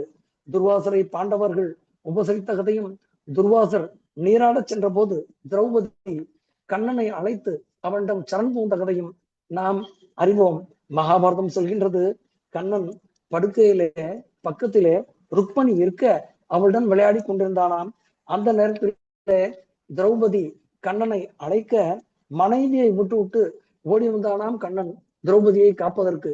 ஆதி மூலமே என்று ஒரு யானை அழைத்ததே, அப்பொழுது தன்னுடைய அங்கவஸ்திரத்தை விட்டு விட்டு வந்த கண்ணன் அழைத்தது இப்பொழுது திரௌபதி அல்லவா. உடனே ஓடி வந்தான். உடனே ஓடி வந்து சொன்னான் திரௌபதியிடம், திரௌபதி, நீ என்னை அழைத்தாய், எது பற்றி அழைத்தாய் என்பது நான் அதை கேட்டு உனக்கு நான் ஆறுதல் சொல்லும் என்னுடைய பசிக்கு நீ சற்றே உணவளிக்க வேண்டும் என்று தன்னுடைய விளையாட்டை தொடங்கினான். திரௌபதி கலங்கி போனாள். கண்ணனின் கால் பற்றி சொன்னாள், கண்ணா, விளையாட இது நேரம் இல்லை, துர்வாச முனிவர் வந்திருக்கின்றார், நீயோ பசி என சொல்கின்றாய், நான் என்ன செய்வது என்று கேட்க, அந்த அலம்பி வைக்கப்பட்ட பாத்திரம் வந்ததும் அந்த பாத்திரத்திலே இருந்த ஒரு கீரையும் ஒரு சோறும் எடுத்து கண்ணன் தன்னுடைய வாயில் இட்டுக்கொண்ட கதையும் நாம் அறிவோம். கண்ணன் என்ன சொல்லி அதை தன்னுடைய வாயில் இட்டுக்கொண்டான் தெரியுமா? கீரையாலும் இந்த பற்கையாலும் உலகத்தின் அனைத்து உயிரின் சரீரத்தையும் தன்னுடைய சரீரமாக உடையவரும் யஜ்ஞத்தில் அவிர்வாகங்களை புஜிப்பவரும் தேவாதி தேவருமான ஹரி இந்த ஒரு பருக்கையினால், இந்த ஒரு சிறு கீரையினால் பிரீத்தி அடையட்டும், திருப்தியை அடையட்டும் என்று சொல்லி கண்ணன் அந்த ஒரு பருக்கையும் கீரையையும் உண்ண ஜலத்தில் இறங்கி வேதம் செல்ல கொண்டிருந்த அந்த ரிஷிகளின் வயிறு நிரம்பி அன்னரசமாய் ஏப்பம் வந்ததாம். அனைவரையும் காக்கும் துர்வாசருக்கு சற்றே பயம் வந்தது. அன்னத்தை வீணாக்கி ராஜரிஷிக்கு, அதாவது தர்மபுத்திரருக்கு மிகப்பெரிய குற்றம் இழைத்திருக்கின்றோம். இப்பொழுது நாம் சென்று அந்த அன்னத்தை ஏற்க முடியாது. வாசுதேவனை எப்பொழுதும் சரண் புகுந்து தன்னுடைய அவனுடைய சரணங்களை தன் மனத்தில் பட்டிருக்கக்கூடிய தர்மபுத்திரருக்கு நாம் இப்பொழுது சென்று உணவு வேண்டாம் என்று சொன்னால் நிச்சயமாக அவர்கள் கோபித்துக் கொள்வார்கள். நெருப்பு பஞ்சு குவியலை எப்படி எரிக்குமோ அது போல நம் அனைவரையுமே கூட மிச்சமின்றி எரிக்கக்கூடிய தன்மை வாய்ந்தவர்கள் இந்த பாண்டவர்கள் என்று துர்வாசன் நினைத்தார். தன்னுடைய சிஷ்யர்கள் அனைவரையும் பார்த்து சொன்னார், இங்கிருந்து நாம் அனைவரும் வேறு இடத்திற்கு சென்று விடுவோம். இப்பொழுது நாம் பாண்டவர்களை பார்ப்பது அவ்வளவு உச்சிதம் அல்ல என்பதாய் சொல்கின்றார். ஆனால் அவருடைய மனதிலே ஒரே ஒரு எண்ணம் மட்டும் ஓடிக்கொண்டிருந்தது என்பதை மகாபாரதம் சொல்கின்றது. என்ன என்று கேட்டால், உயர்ந்த புத்தி உள்ள ராஜரிஷி அம்பரீஷன் மகிமை என்னுடைய நினைவிலே இன்னும் பகிர்ந்திருக்கின்றதே. அது போலத்தானே இந்த தர்மபுத்திரனும் கூட, அம்பரீஷன் என்னை என்ன பாடுபடுத்தி விட்டான், அம்பரீஷனுடைய சக்கரம் என்னை என்ன பாடுபடுத்தியது என்று நினைத்து பார்த்து சிஷ்யர்களை பார்த்து துர்வாச முனிவர் சொன்னாராம், இந்த இடத்திலே நீங்கள் நிற்க வேண்டாம், உடனே இங்கிருந்து விரைவில் ஓடுங்கள் என்று சொன்னாராம். மகாபாரதம் அப்படியே அதை பதிவு செய்கின்றது. அது என்ன அம்பரீஷனுக்கு அப்படி ஒரு மகிமை என்பதை நாம் சற்றே கண்டுவிட்டு நம்முடைய சிந்தனைக்குள் மீண்டும் செல்வோம். வைவசுத்த மனுவின் பிள்ளை நபாகன், நபாகனுடைய பிள்ளை நாபாகன், நாபாகனுடைய பிள்ளை அம்பரீஷன். இந்த அம்பரீஷன் எப்படிப்பட்ட மன்னன் தெரியுமா? விஷ்ணுவை எப்பொழுதும் தன்னுடைய மனத்தில் இருத்தி விஷ்ணுவிடம் சரண் புகுந்து விஷ்ணுவே தன்னுடைய நாட்டை ஆள வேண்டும் என்று சொல்ல, விஷ்ணுவுடைய சக்கரமானது அம்பரீஷனுடைய அரியணையிலே இருந்து அம்பரீஷனை பாதுகாக்கக்கூடிய அளவுக்கு அவன் விஷ்ணு பக்தன். இந்த விஷ்ணு பக்தனுக்கு ஒரு எண்ணம் தோன்றியது, துவாதசி விரதம் மேற்கொள்ள வேண்டும் என்று நினைத்தான். ஒன்றல்ல இரண்டல்ல, ஓராண்டு காலம் இருக்க வேண்டும் என்று நினைத்தான். அதன் பொருட்டு யமுனை கரையிலே மதுவனத்திலே தன்னுடைய துவாதசி விரதத்தை இந்த மன்னன் தொடங்கினான். இவனெல்லாம் இப்படி இருந்தால் மற்றவர்களுக்கு பிடிக்குமா? நிச்சயமாக துர்வாசருக்கு பிடிக்குமா? துர்வாசர் யோசித்தார், இந்த மன்னன் அப்படி என்ன சிறப்பாய் விரதம் இருக்கின்றான் என்று பார்க்கும் பொருட்டு அந்த இடத்திற்கு வந்தார். அவர் வந்த நாள் துவாதசி திருநாள். துவாதசி திருநாளிலே துர்வாசர் வர, அந்த துவாதசி முடிவதற்கு முன்பாகவே உணவு உட்கொள்ள வேண்டும் என்ற ஒரு நேதி உண்டு. மன்னன் அந்த நேரத்தை பார்த்து துர்வாசரை வரவேற்றான், உபசரித்தான், உணவு உண்ணலாம் என்று சொன்னான். ஆனால் துர்வாசர் தன்னுடைய விளையாட்டை தொடங்கினார். நான் நீராட செல்லக்கூடிய நேரம், நீராடி விட்டு வருகிறேன் என்று சொன்னார். அந்த துவாதசிக்கு உண்டான அந்த நாளிகை குறைந்து கொண்டே போயிற்று. மன்னனின் தவிப்பு சற்றே அதிகமாக தொடங்கியது. மன்னன் யோசித்தான், என்ன செய்வது? மந்திரிகளையும் அங்கிருக்கக்கூடிய பிராமணர்களையும் பார்த்து, நான் இப்பொழுது என்ன செய்வது என்று கேட்க, அவர்கள் அனைவரும் சொன்னார்கள், நீங்கள் சற்றே அந்த துளசி தீர்த்தத்தை உண்டு விட்டால் உங்களுடைய பாலனை முடிந்த அளவிலே நாம் கொள்ளலாம், உங்களுடைய விரதத்திற்கு பங்கம் இல்லை என்று சொல்ல, மன்னன் அந்த துளசி தீர்த்தம் சற்றே அருந்தி தன்னுடைய துவாதசி பாரணையை முடிக்கின்றான். இதற்காகவே காத்திருந்தது போல துர்வாச முனிவர் அங்கிருந்து வருகின்றார். மன்னனே, என்ன செய்தாய் என்று கேட்க, மன்னன் அவரிடம் இதுதான் நான் செய்தேன், வேறு ஒன்றும் இல்லை என்று சொல்ல, மன்னனுக்காய் மந்திரிகள் சொன்ன அந்த விஷயம் துர்வாசனிடம் சொல்லப்படுகிறது. நீர் நீராக மட்டும்தானே இருக்கும், நீர் உணவாகவும் ஆகலாம் என்று மன்னனுக்காக சொல்லப்பட்ட நீதி எல்லா நேரங்களிலுமே நீர் உணவாகாது என்பதாய் சொல்ல, துர்வாச முனிவருக்கு சற்றே கோபம் வந்தது. மகாபாரதம் சொல்கின்றது, யாரேனும் எவரேனும் தன்னுடைய சிறந்த பக்தனை தொந்தரவு செய்தால் எத்தகு வலிமை மிக்கவனாக இருந்தாலும் இறைவன் தானாகவே வந்து காப்பான், அல்லது தன்னுடைய ஆயுதங்களை ஏவியாவது அந்த பக்தனை காப்பான் என்பதை கட்டியம் கூறக்கூடிய அந்த காலம் இந்த காலம். இந்த கதை மெதுவாக இந்த இடத்திலே தொடங்குகின்றது. துவாதசி பாராயணம் நிறைவுற்றது. துர்வாச முனிவருக்கோ கோபம் வந்தது. தன்னுடைய கோபத்தின் அடிப்படையிலே என்ன செய்தார்? தலையிலே இருந்த 2 ரோமங்களை உதிர்த்து, இவை 2 பூதங்கள் ஆகட்டும், இந்த பூதங்கள் அம்பரீசனை கொல்லட்டும் என்று சொன்னார். அந்த பூதங்கள் மெதுவாக அம்பரீசனை நோக்கி சொல்ல, அம்பரீசனுடைய அரண்மனை, அம்பரீசனுடைய அந்த அரியணையிலே அமர்ந்திருந்த அந்த சுதர்சன சக்கரமானது மெதுவாக கோபம் கொண்டது, எழுந்தது, பூதங்களை வெட்டியது. துர்வாசரை பார்த்தது. துர்வாசருக்கு புரிந்து போயிற்று, ஒருவேளை தான் தவறு இழைத்தோமோ என்று கூட அவருக்கு எண்ணுவதற்கு தோன்றவில்லை. உயிரை காப்பாற்றிக் கொள்ள வேண்டும் என்ற ஒரு எண்ணம் அவருக்கு வந்தது. மெதுவாக அவர் ஓடத் தொடங்கினார். முதல்ல பிரம்மலோகம் சென்றார். பிரம்மலோகத்திலே சென்று பிரம்மாவிடம் சொன்ன பிரம்மா சொன்னார், நீ ஈஸ்வரனை சென்று சரணடைந்து பாருங்கள் என்று சொன்னார். ஈஸ்வரனிடம் சொல்ல, ஈஸ்வரன் சொன்னார், விஷ்ணுவின் பக்தனை நீ அவமரியாதை செய்திருக்கின்றாய், இதற்கு தீர்வு விஷ்ணுதான் கொடுக்க வேண்டும் என்று சொல்ல, விஷ்ணுவின் பாதம் பற்ற துர்வாச முனிவர் ஓடோடி சென்றார். விஷ்ணு மெதுவாக தன் நிலையை மறந்து துர்வாசருக்கு ஆறுதல் சொல்ல தொடங்கினார். துர்வாசரே, ஒருவேளை நீங்கள் என்னை அவமரியாதை செய்திருந்தால் நான் உங்களை மன்னிக்கலாம், ஆனால் என்னுடைய பக்தனை நீங்கள் இவ்வாறு செய்திருப்பதன் பொருட்டு என்னுடைய சுதர்சன சக்கரம் உங்களை விட்டுவிடாது. ஒருவேளை நீங்கள் இதிலிருந்து தப்ப வேண்டும் என்று சொன்னால் ஒரே ஒரு வழி, நீங்கள் அந்த அம்பரீச மன்னனிடமே சென்று சரண் புக வேண்டுமே என்று சொல்ல, வேறு வழியின்றி துர்வாச முனிவர் அங்கிருந்து ஓடி வந்து அம்பரீச மன்னனிடம் சரண் புகுகின்றார். அம்பரீச மன்னன் மிகச்சிறந்த பாகவதன். துர்வாசர் தன்னுடைய காலில் விழுவதை விரும்புவானா?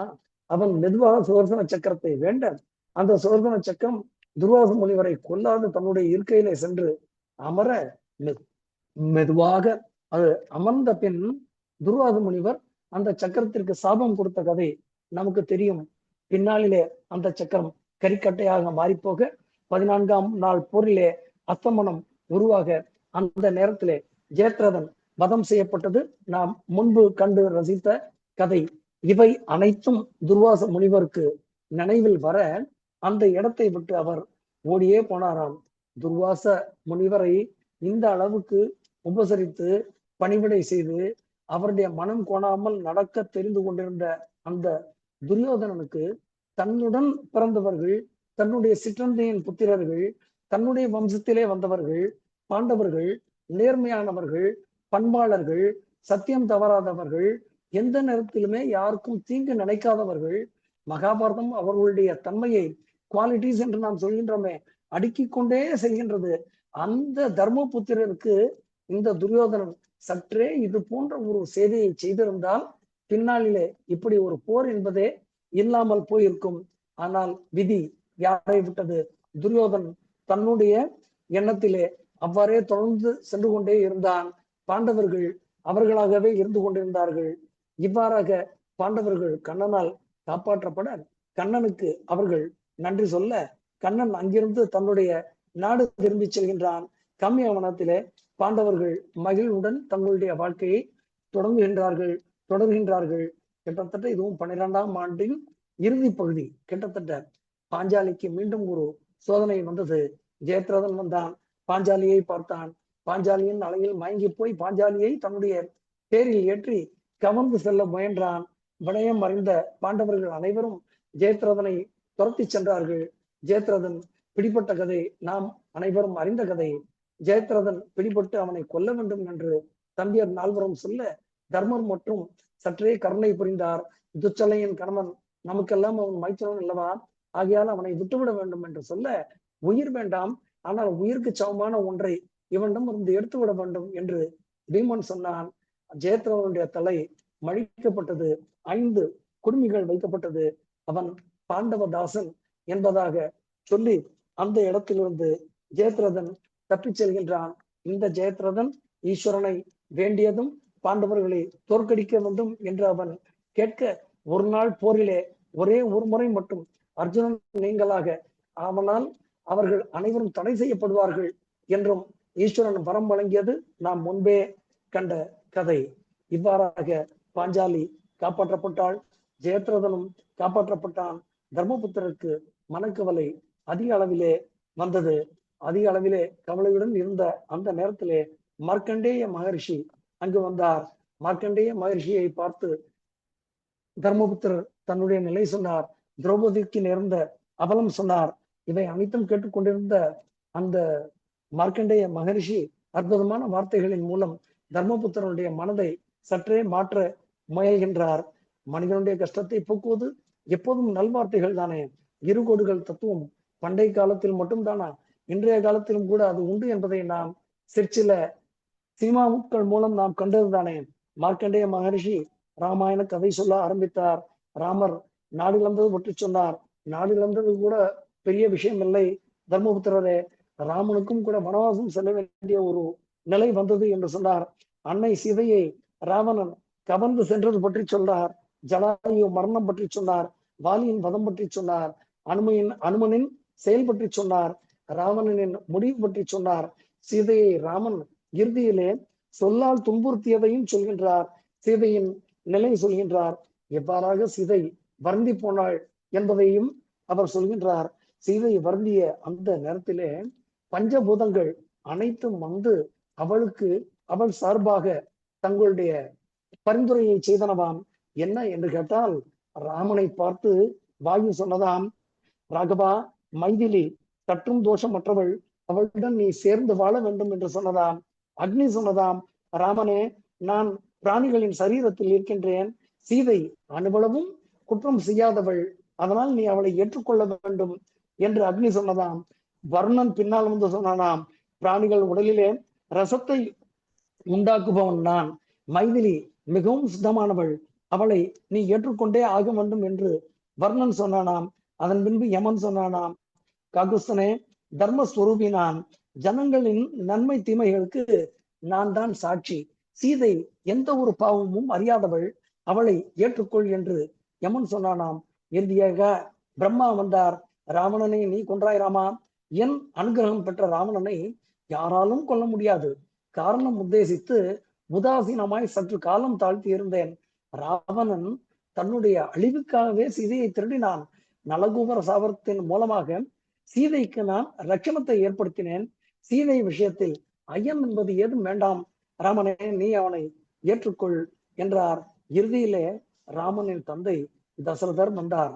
தசரதர் வந்து ராமனுக்கு ஒரு தீர்வு சொல்கின்றார். எப்படி என்று கேட்டால், ராமன் பித்ருவாக்கிய பரிபாலகன் அல்லவா, என்று இயம்பினன் அரசன் என்று அரசி ஒன்றை சொன்னாலே, ஆயுசூல் உலகமெல்லாம் பரதனே ஆள, நீ போய் தாளிரும் சடைகள் தாங்க அரும் தவம் மேற்கொண்டு பூமிவம் கானம் எண்ணி புண்ணிய துறைகள் ஆடி 7 வா என்று அன்னை சொன்னாலே. தசரத மன்னன் சொன்னதாக, தசரத மன்னன் சொன்னான் என்பதற்காகவே காடு சென்ற அந்த ராமன் ஒருவேளை தசரத மன்னன் சொன்னால் மட்டும்தான் நாடு திரும்ப வேண்டும் என்று நினைத்திருப்பான் போல. மகாபாரதம் சொல்கின்றது, தசரதன் அங்கு வந்தாராம். தசரத சக்கரவர்த்தி அங்கு வந்து சொன்னாராம், சீதையுடன் நீ செல், ராஜ்யம் ஆள் ராமனே என்று சொன்னாராம். தந்தையின் சொல்லை கேட்டு ராமன் சீதையுடன் உடனே அயோத்தி வந்தார்.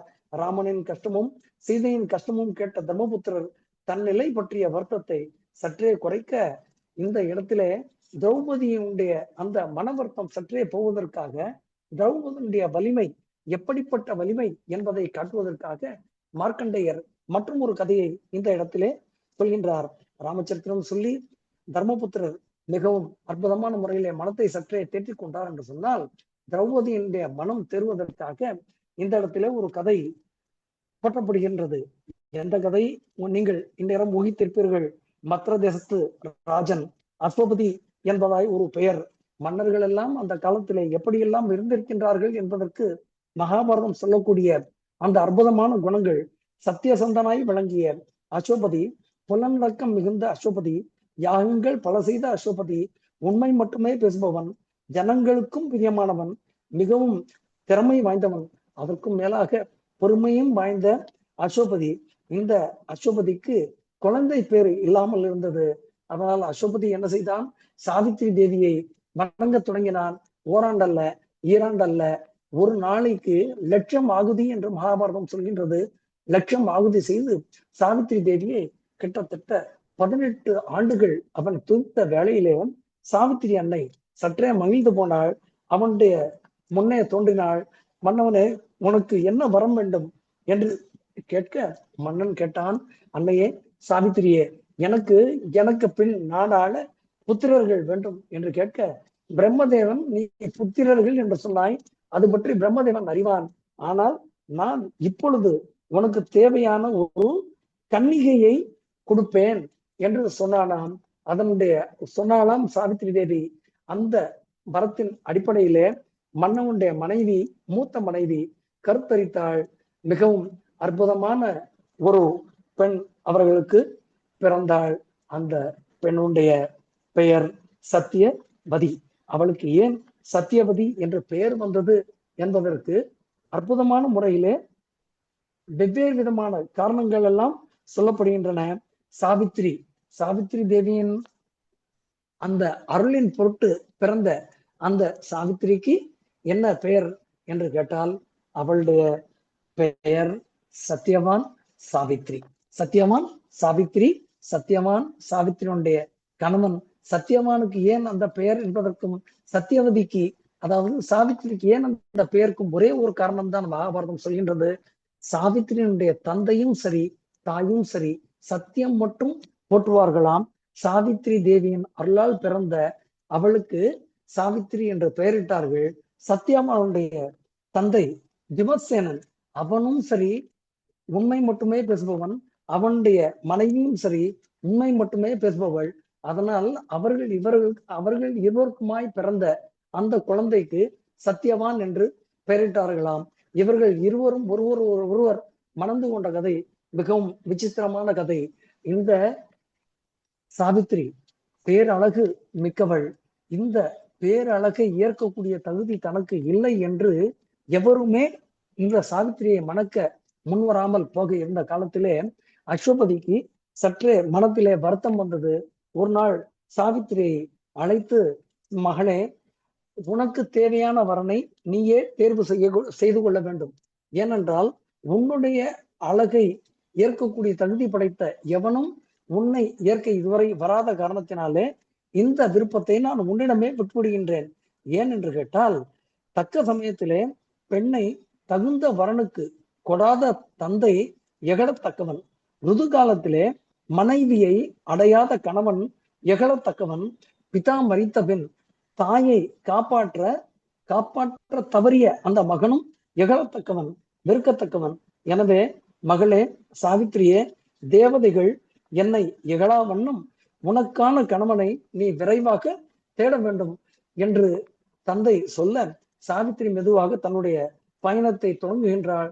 தனக்கு ஏற்ற ஒரு துணையை பெற வேண்டி சாவித்திரி பொன்னால் ஆன ஒரு தேரிலே அமர்ந்து மந்திரிகள் பின்தொடர ராஜரிஷிகள் எல்லாம் இருந்து தவம் செய்து கொண்டிருந்த அந்த இடத்திற்கு செல்கின்றாள். அந்த இடத்திற்கு சென்று அவள் ஒருவனை காண்கின்றாள். அந்த ஒருவனை நான் கண்டுவிட்டேன் என்று தன்னுடைய தந்தையிடம் சொல்வதற்காக திரும்பி வந்த அந்த நேரத்திலே இந்த அஸ்வபதியானவன் நாரத மகர்ஷியுடன் தன்னுடைய அரண்மனையிலே உரையாடி கொண்டிருக்க, இவள் வந்து தான் யாரை தேர்ந்தெடுத்திருக்கின்றாளோ அந்த சத்தியவானை பற்றி சொல்ல, நாரதருடைய முகத்திலே சற்றே அதிர்ச்சி.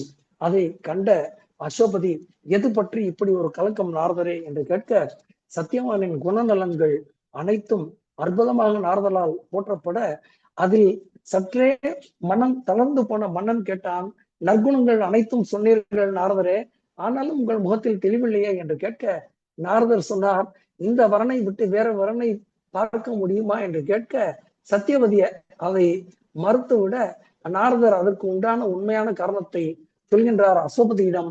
இவள் பார்த்திருக்கக்கூடிய அந்த வரன் ஒரே ஆண்டில், இன்றிலிருந்து ஓராண்டில் தன்னுடைய உயிரை விட்டு உடலை நீக்கக்கூடிய காலம் என்று சொல்ல, மன்னன் தன்னுடைய மகளிடம் எவ்வளவோ போராடி பார்க்கின்றான். வேறு ஒருவனை நீ தேர்வு செய்து கொள்ளலாமே மகளே என்று கேட்க, அவள் சொல்கின்றாள் 3 விதமான தர்மங்கள் எடுத்து சொல்கின்றாள். என்ன என்று கேட்டால், பசு முதலியவற்றை தானம் செய்வது ஒரே ஒரு முறைதான். இப்பொழுதெல்லாம் நடப்பது போல் அல்ல. ஒரே ஒரு பசுவின் வாளிலே அனைவரும் கைகள் பற்றி ஒரே பசுவை 100 பேர் தானம் செய்யக்கூடிய காலமாக இது இருக்கின்றது. அது அவ்வாறு செய்யக்கூடாது என்பது சத்தியவதி தன்னுடைய தர்மத்திலிருந்து சொன்ன ஒன்று. தந்தை முதலியோரால் கிடைத்த பொருளை சகோதரர்கள் பங்கிட்டுக் கொள்வது என்பது ஒரே ஒரு தடவை. அதாவது தந்தையானவன் சேர்த்து வைத்திருக்கக்கூடிய ஐஸ்வர்யங்கள் அனைத்தையும் தந்தை இறந்த பின் ஒருவேளை பங்கீடு செய்து கொள்ள வேண்டும் என்று சொன்னால் ஒரே ஒரு முறை பங்கீடு செய்துவிட்டால் அத்துடன் அது நிறைவேற வேண்டும். அதற்கு பின்பு நாம் இன்று வழக்காடு மன்றங்களிலே சந்திக்கக்கூடிய பல்வேறு விதமான வழக்குகள் இருக்கின்றன. இவையெல்லாம் இருக்கக்கூடாது என்பது சாவித்திரி சொல்லக்கூடிய தர்மம். 3வது, ஒரு கன்னிகையானவள் தந்தை முதலானவர்களால் கொடுக்கப்படுவதும் ஒரே ஒரு முறைதான். அதாவது ஒரே ஒரு முறைதான் ஒரு பெண்ணை பெற்ற தந்தை இவள் உனக்கு என்று ஒருவனுடைய கரம் பற்றி கொடுக்க வேண்டும். இந்த 3ஐயும் சொல்லிவிட்டு அவள் சொல்கின்றாள், தந்தையே, நீங்கள் எனக்கு அனுமதி அளித்தீர்கள், நான் சத்தியவானை தேர்வு செய்து விட்டேன். அதன் பின்பு இப்பொழுது தாங்கள் இதை மாற்ற வேண்டும் என்று சொல்வது நிச்சயமாக என்னால் ஏற்கப்பட முடியாது என்று சொல்ல, வேறு வழியின்றி அசோபதி நாரதரிடம் ஆலோசனை கேட்க, நாரதர் அனைத்தும் நன்மைக்கே என்று ஒரு நல்வாக்கு சொல்லிவிட்டு அந்த இடத்திலிருந்து செல்கின்றார். அசோபதி வேறு வழியின்றி திமத்சேனன், அதாவது சத்யவானின் தந்தையை சந்தித்து இவ்வாறாக தன்னுடைய பெண் திமத்சேனனுடைய மகனை அசோபதியை மணக்க விரும்புகிறாள் என்று சொல்ல, கண்பார்வை இழந்த திமத்சேனன் தன்னுடைய நிலை பற்றி இவர்கள் அனைவருக்கும் சொல்ல, சால்வ தேசத்தை நான் இழந்து இப்பொழுது வனத்திலே இருக்கின்றேன், மன்னவனே, நீயோ நாட்டின் மன்னன், இது சரிவருமா என்று கேட்க, அசோபதி திமத்சேனனை பல்வேறு விதமான தர்மங்கள் சொல்லி அவருடைய அனுமதி பெற சத்தியவானுக்கும் சாவித்திரிக்கும் திருமணம் நடக்கின்றது. கிட்டத்தட்ட ஓராண்டு காலம், அதாவது எந்த ஒரு நாள் குறிக்கப்பட்டதோ அந்த ஒரு ஆண்டு காலம் நிறைவேறுவதற்கு சரியாக 5 தினங்களுக்கு முன்பாக சாவித்திரிக்கு அந்த நாள் புரிந்து போயிற்று. அவள் தன்னிடம், தன்னுடைய தந்தைக்கும், தன்னிடம் இருந்த மாமனார் மற்றும் அனைத்து மாரிகள் காலில் விழுந்து ஒரு ஆசி ஒன்றை பெறுகின்றாள். அதாவது 3 தினங்கள் முழுக்க உபவாசம் இருந்து ஒரு திரையோதசி அன்று தான் விரதத்தை தொடங்கி ஒரு பிரதமை அன்று மாலையில் உணவு உண்டு அந்த விரதத்தை முடிக்க வேண்டும் என்று சொல்கின்றாள். அவள் சொன்னதின் கருத்து அசோபதிக்கு புரிந்திருந்தது. திமத்சேனனுக்கு புரியாமல் இருந்தாலும் கூட வேறு வழியின்றி மருமகளின் எண்ணத்தை சரி என்று சொல்கின்றார். அது அவ்வாறாக நடந்து கொண்டிருந்த அந்த வேளையிலே அந்த பிரதமை தினமும் வந்தது. அவள் ஆகாரம் எடுக்க வேண்டும் என்று நினைத்த அந்த நேரத்திலே அசோபதியானவன் தன்னுடைய கோடாலியை எடுத்துக்கொண்டு கானகம் செல்கின்றான். கானகம் செல்லக்கூடிய அசோபதியை பின்தொடர்ந்து சாவித்திரியும் செல்கின்றாள். அவளுக்கு புரிந்து போயிற்று. இவர்கள் எல்லாம் தடுக்க அவள் சொன்னாள், ஓராண்டு காலம் நான் உங்கள் அனைவருடனும் இருந்தேன், இன்று ஒரு நாள் நான் நிச்சயமாக என்னுடைய கணவனுடன் சென்று வர வேண்டும் என்று சொல்ல, அனைவரும் அவளுக்கு அனுமதி கொடுக்க, சத்தியவான் காடுகள் செல்கின்றான். காட்டிலே இருந்து விறகு வெட்டுகின்றான். கூடைகள் நிறைய பழங்கள் பறிக்கின்றான். மெதுவாக சாவித்திரியை பார்த்து சொல்கின்றான், சாவித்திரி, எனக்கு சற்றே தலை வலி வருவது போல உணர்கின்றேன். என்னுடைய உடல் சோர்வடைந்திருக்கின்றது. என்னுடைய ஹிருதயமும் பலவீனமாய் உணர்கின்றேன். உன்னுடைய மடியில் நான் தலை வைத்து படுக்கின்றேன் என்றான். சாவித்திரியின் மடியிலே தலை வைத்து படுத்தான். நிரந்தரமாக படுக்க வேண்டிய காலம் அவனுக்கு வந்தது. சாவித்திரி சற்றே தொலைவில் நோக்க யமபுருஷன் அந்த இடத்துல நின்றிருந்தான். யமனை கண்ட சாவித்திரி, எது பற்றி இங்கு வந்தாய் என்று கேட்க, யமன் சொன்னான், குணங்களிலே சிறந்தவன் உன்னுடைய கணவன் சத்தியவான். அதனாலே நான் தூதர்களை அனுப்புவதற்கு பதிலாக நானே வந்தேன். அவனை நல்லிடத்திற்கு எடுத்து சொல்வேன் என்று சொல்ல, யமனுக்கும் சாவித்திரிக்கும் உண்டான உரையாடல் ஒரு நீண்டதொரு உரையாடலின் முடிவிலே என்ன நடந்தது என்பதை மட்டும் நாம் காண வேண்டும். என்ன என்று கேட்டால், யமன் சாவித்திரி சொன்ன பற்பல விஷயங்கள்ல மகிழ்ந்து போய், உனக்கு நான் ஒரு வரம் தருவேன், சத்தியவானின் உயிரை தவிர மற்றது அனைத்தும் தருவேன். என்ன வேண்டுமோ கேள் என்று யமன் சொல்ல சாவித்திரி சொல்கின்றார், தன்னுடைய மாமனார் விமர்சேனன் முதலிலே கண்கள் பெற வேண்டும், பலசாலியாக ஆக வேண்டும் என்பதாய் ஒரு வரம் கேட்கின்றாள். யமன் தந்தேன் என்றான். அதன் பின்பு யமன் அவனுடைய அசோகத்தினுடைய உயிரை தன்னுடைய பாசத்திலே கட்டி இழுத்து கொண்டு செல்ல சாவித்திரி மெதுவாக பின்தொடர்கின்றாள். திரும்பி பார்த்த யமன் சாவித்திரியிடம், நீ தொலைதூரம் வந்து விட்டாய், திரும்பி செல் என்று சொல்ல சாவித்திரியானவள் சொல்கின்றாள், எந்த இடத்திலே கணவன் நிற்கின்றானோ அவனுக்கு அருகாமையிலே இருப்பதுதான் ஒரு சிறந்த பெண்ணிற்கு அழகு என்று சொல்ல பல்வேறு விதமான உரையாடல்கள் இந்த இடத்திலே இறுதியிலே யமன் சற்றே மகிழ்ந்து போகின்றான். உனக்கு இரண்டாவதாக ஒரு வரம் தருகின்றேன், என்ன வரம் வேண்டும், ஆனால் இம்முறையும் நிச்சயமாக சத்தியமான உயிர் தவிர மற்றவற்றை தருவேன் என்று சொல்ல அவள் மெதுவாக சொல்கின்றாள், தன்னுடைய மாமனார் இழந்த ராஜ்யம், அதாவது சால்வ தேசம் தன்னுடைய மாமனாருக்கு விமர்சேனனுக்கு வேண்டும் என்று சொல்கின்றாள். யமன் சரியென சொல்லி மேலும் செல்கின்றான். யமன் சத்தியவானின் உயிரை கவர்ந்து கொண்டு சென்ற அதே பாதையிலே மீண்டும் இவள் தொடர்கின்றாள். யமனுக்கு இப்பொழுது மிகப்பெரிய சோதனை, உனக்கு நான் என்ன வரம் கொடுத்தால் நீ திரும்பி செல்வாய் என்று கேட்க, முன்பே அசோபதி தவம் செய்த காலத்திலே சாவித்திரி தேவி அசோபதிக்கு வரம் ஒன்று சொன்னாலே, பிரம்மபுத்திரருக்கு தெரியும் நீ நினைத்தது எது என்று, அது யமனுக்கு தெரிந்திருந்தது. இவள் மெதுவாக சத்தியவதி கேட்டாள், என்னுடைய தந்தை அசோபதிக்கு 100 புத்திரர்கள் பிறக்க வேண்டும் என்று கேட்டாள். யமன் சரி என்று சொன்னான். சரி என்று சொல்லிவிட்டு, அசோபதிக்கு 100 பிள்ளைகள் பிறக்கும், நீ உன்னுடைய பாதையிலே செல் என்று சொல்ல, இறுதியிலே யமனை போற்றக்கூடிய வகையிலே அதிக அற்புதமான சிற்சில பேச்சுக்களை அவள் பேசுகின்றாள். அதிலே மகிழ்ந்து போன அந்த யமன், உனக்கு மீண்டும் ஒரு வரம் தருகிறேன், என்ன வரம் வேண்டும் என்று கேட்க, தனக்கும் 100 பிள்ளைகள் வேண்டும் என்று சாவித்திரி சொல்கின்றாள். எப்படி கேட்கின்றாள் என்றால், சத்தியவானுக்கும் தனக்குமாய் 100 பிள்ளைகள் என்று கேட்கின்றாள். ஒருவேளை சத்தியவான் என்ற பெயரை சற்றே மெதுவாக சொல்லியிருப்பாள் போலும். யமன் சரி என்று சொல்ல சாவித்திரி இப்பொழுது யமனை பற்றி கொண்டாள். கேட்டாள், உத்தமமான பெண்டிர்களுக்கு தன்னுடைய கணவன் மூலமாக குழந்தைகள் பிறப்பதுதானே தர்மம் யம தர்மனே, அதனால் என்னுடைய கணவன் வேண்டும் என்று கேட்க மகிழ்ந்து போனான் யமன். என்னை பற்றி இப்படி ஒரு அற்புதமான வார்த்தைகளை இதுவரை யாரும் சொன்னதே இல்லை சாவித்திரி, அதனால் உன்னுடைய கணவனை நான் உனக்கு தருகின்றேன் என்று சொல்லி பாசத்தால் கட்டியிருந்த அசோபதியினை அவிழ்த்து விட அசோபதி எழுந்தான். மகிழ்ந்து போனாள் சாவித்திரி. இவர்கள் இருவரும் தன்னுடைய ஆசிரமத்திற்கு வருகின்றார்கள்.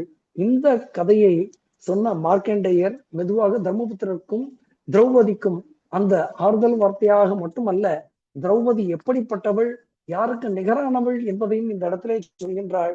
சத்தியவதி தன்னையும் காப்பாற்றிக் கொண்டு தன்னுடைய கணவன், தகப்பன், மாமனார், மாமியார், உடனிருந்தவர்கள் அனைவரையும் உபசரித்து கணவனின் குலத்தையும் காப்பாற்றினாள் அல்லவா, அது போலவே தர்மபுத்திரனே, நீ எது பற்றியும் யோசிக்க வேண்டிய தேவையில்லை, உன்னுடைய மனைவி மகா பதிபிரதியான திரௌபதி அனைவரையும் காப்பாற்றுவாள், கரையேற்றுவாள் என்கின்றார் மார்க்கண்டேயர்.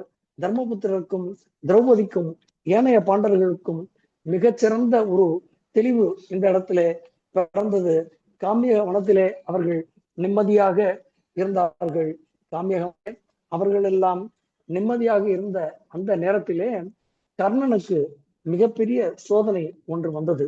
உரையின் துவக்கத்திலே நாம் கண்டோமே, தானங்கள் யார் வந்து கேட்டாலும் நிச்சயமாக கொடுக்காமல் இருக்க மாட்டேன் என்று கர்ணன் சொன்ன ஒரு சபதத்தை பற்றி நாம் கண்டோமே.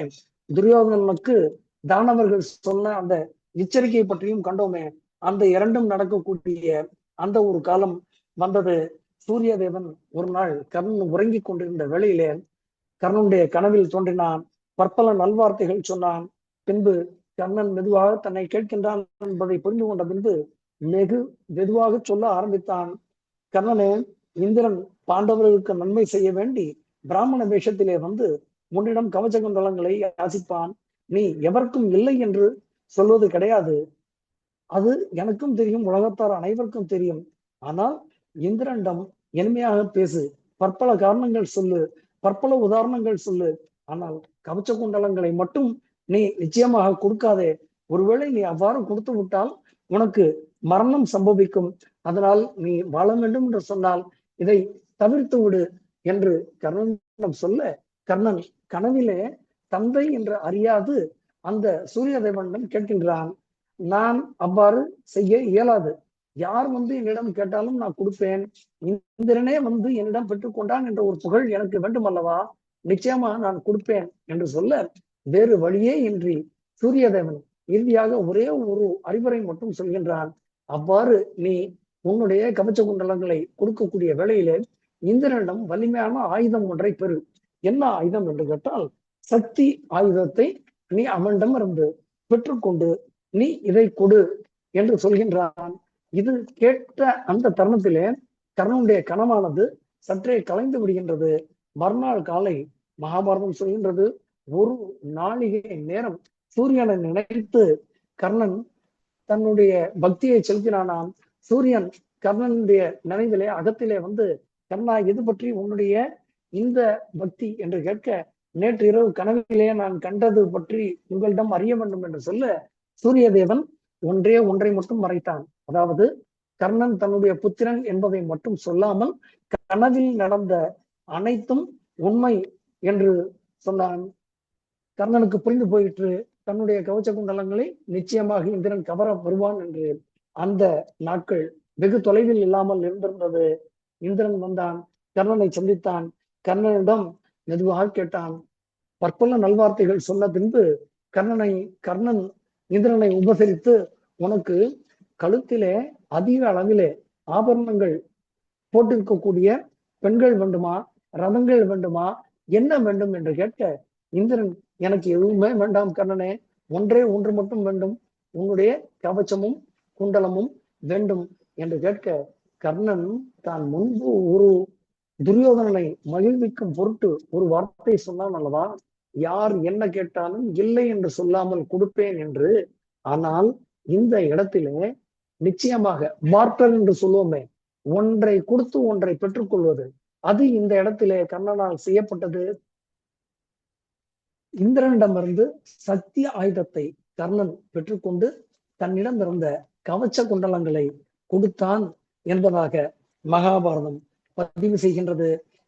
இந்திரன் கர்ணனுக்கு மீண்டும் கூட ஒரு அறிவுரை சொல்கின்றான். இந்த சக்தி ஆயுதத்தை நீ எந்த நேரத்திலே பயன்படுத்த வேண்டும் தெரியுமா? உன்னுடைய உயிருக்கு ஆபத்து என்று எப்பொழுது நீ நினைக்கின்றாயோ அப்பொழுது மட்டும்தான் நீ பயன்படுத்த வேண்டும். நீ யாரை நினைத்து யார் மீது இந்த சக்தி ஆயுதத்தை பயன்படுத்துவதற்காக என்னிடமிருந்து பெறுகின்றாயோ அந்த ஒருவனை காப்பாற்றுவது சாட்சாத் கிருஷ்ண பரமாத்மா. அதனால் நிச்சயமாக உன்னால் இந்த ஆயுதத்தை வைத்து அர்ஜுனன் என்ற பெயரை அவர் சொல்லவில்லை. நீ யாரை வெல்ல வேண்டும் என்று நினைக்கின்றாயோ அவனை உன்னால் வெல்ல முடியாது என்று சொல்லிவிட்டு தன்னிடம் இருந்த சக்தி ஆயுதத்தை கர்ணனிடம் கொடுத்து விட்டு அவர் மறைந்து போகின்றார். கர்ணன் எவனால் தனக்கு பயம் விளையுமோ அவனை கொல்லவே சக்தி ஆயுதத்தை உபயோகிப்பேன் என்று எண்ணித்தானே அந்த சக்தி ஆயுதத்தை இந்திரனிடமிருந்து பெற்றான். கொடுக்கும் போதே இந்திரன் சொன்னான் அல்லவா, ஒருவேளை நீ இதை யார் மேல் உபயோகிக்க வேண்டும் என்று நினைக்கின்றாயோ அந்த ஒருவன் கர்ணனால் காப்பாற்றப்படுவான் என்று. அதை கேட்காது கர்ணன் பெற்றான். தன்னிடம் இருந்த கவச்ச குண்டலங்களை அறுத்து கொடுத்தான்.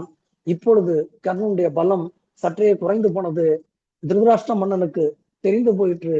கவச்ச குண்டலங்களுடன் கர்ணன் இருந்த காலத்திலேயே தன்னுடைய பிள்ளைகளை துரியோதனாதியர்களை கர்ணனால் காப்பாற்ற முடியவில்லை.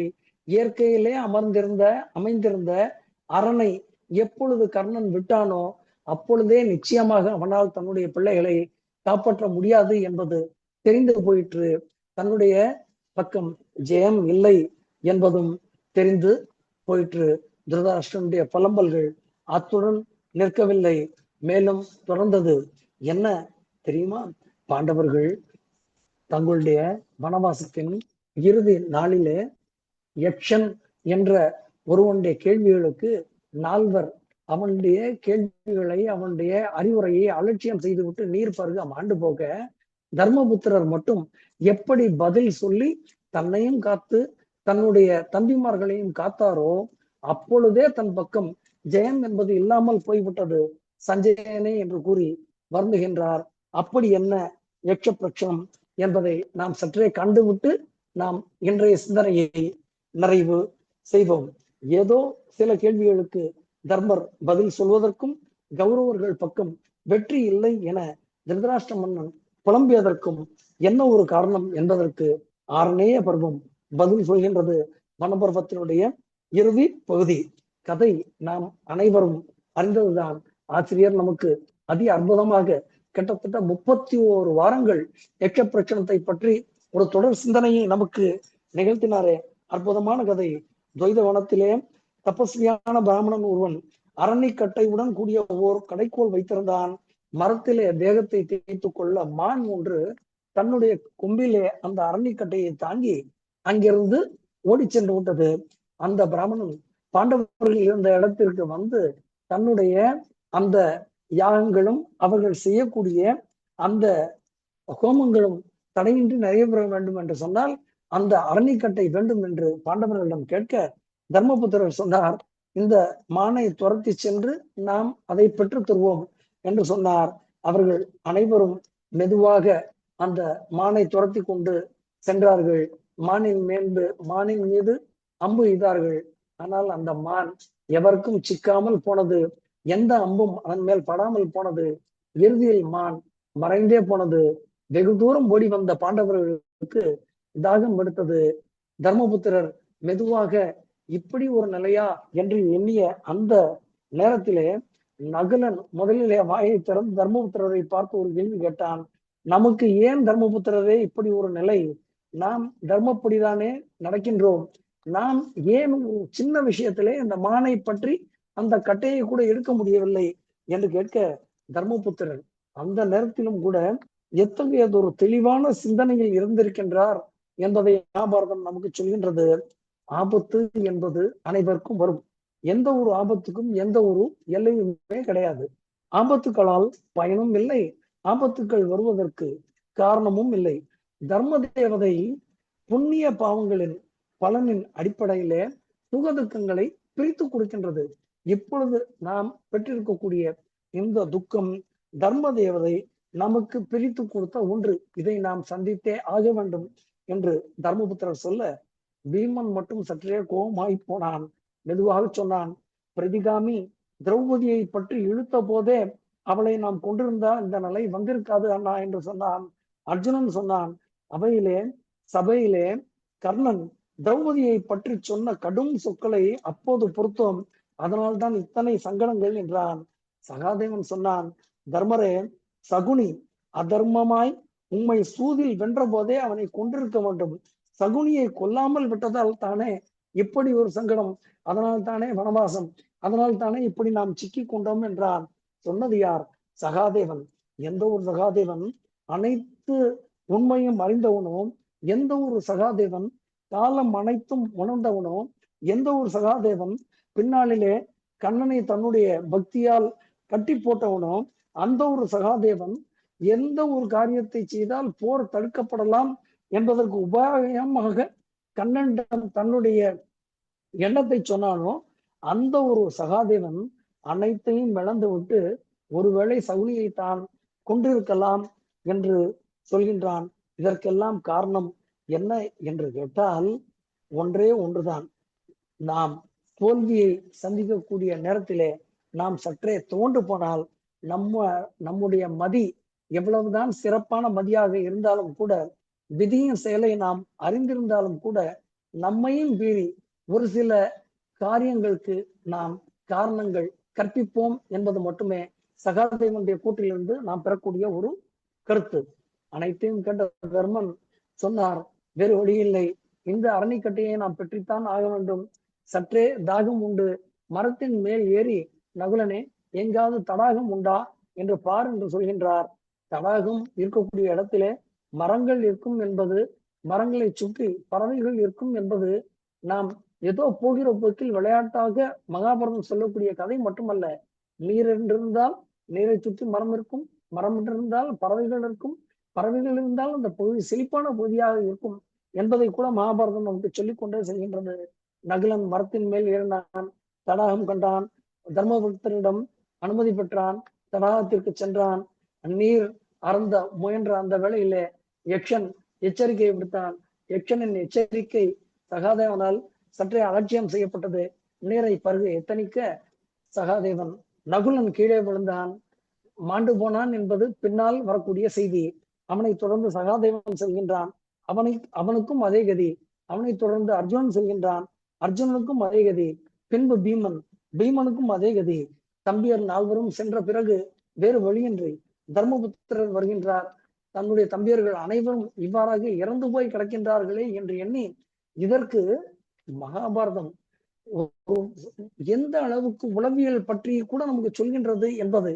இவர்கள் இறந்ததற்கும் எங்கோ இருக்கக்கூடிய துரியோதனனுக்கும் என்ன சம்பந்தம்? துரியோதனன் எப்படி எந்த ஒரு அடையாளமுமே இன்றி தன்னுடைய தம்பியர்கள் அனைவரையும் கொன்று விட்டான் என்று தர்மபுத்திரர் புலம்புகின்றார்.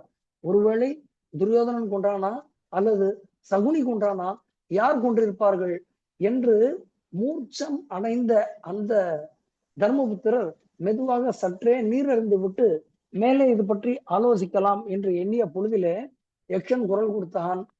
என்னுடைய கேள்விகளுக்கு பதில் சொல்லிவிட்டு நீர் அருந்தலாம் என்று சொல்ல தர்மபுத்திரர் சற்றே நிதானம் அடைந்தார்.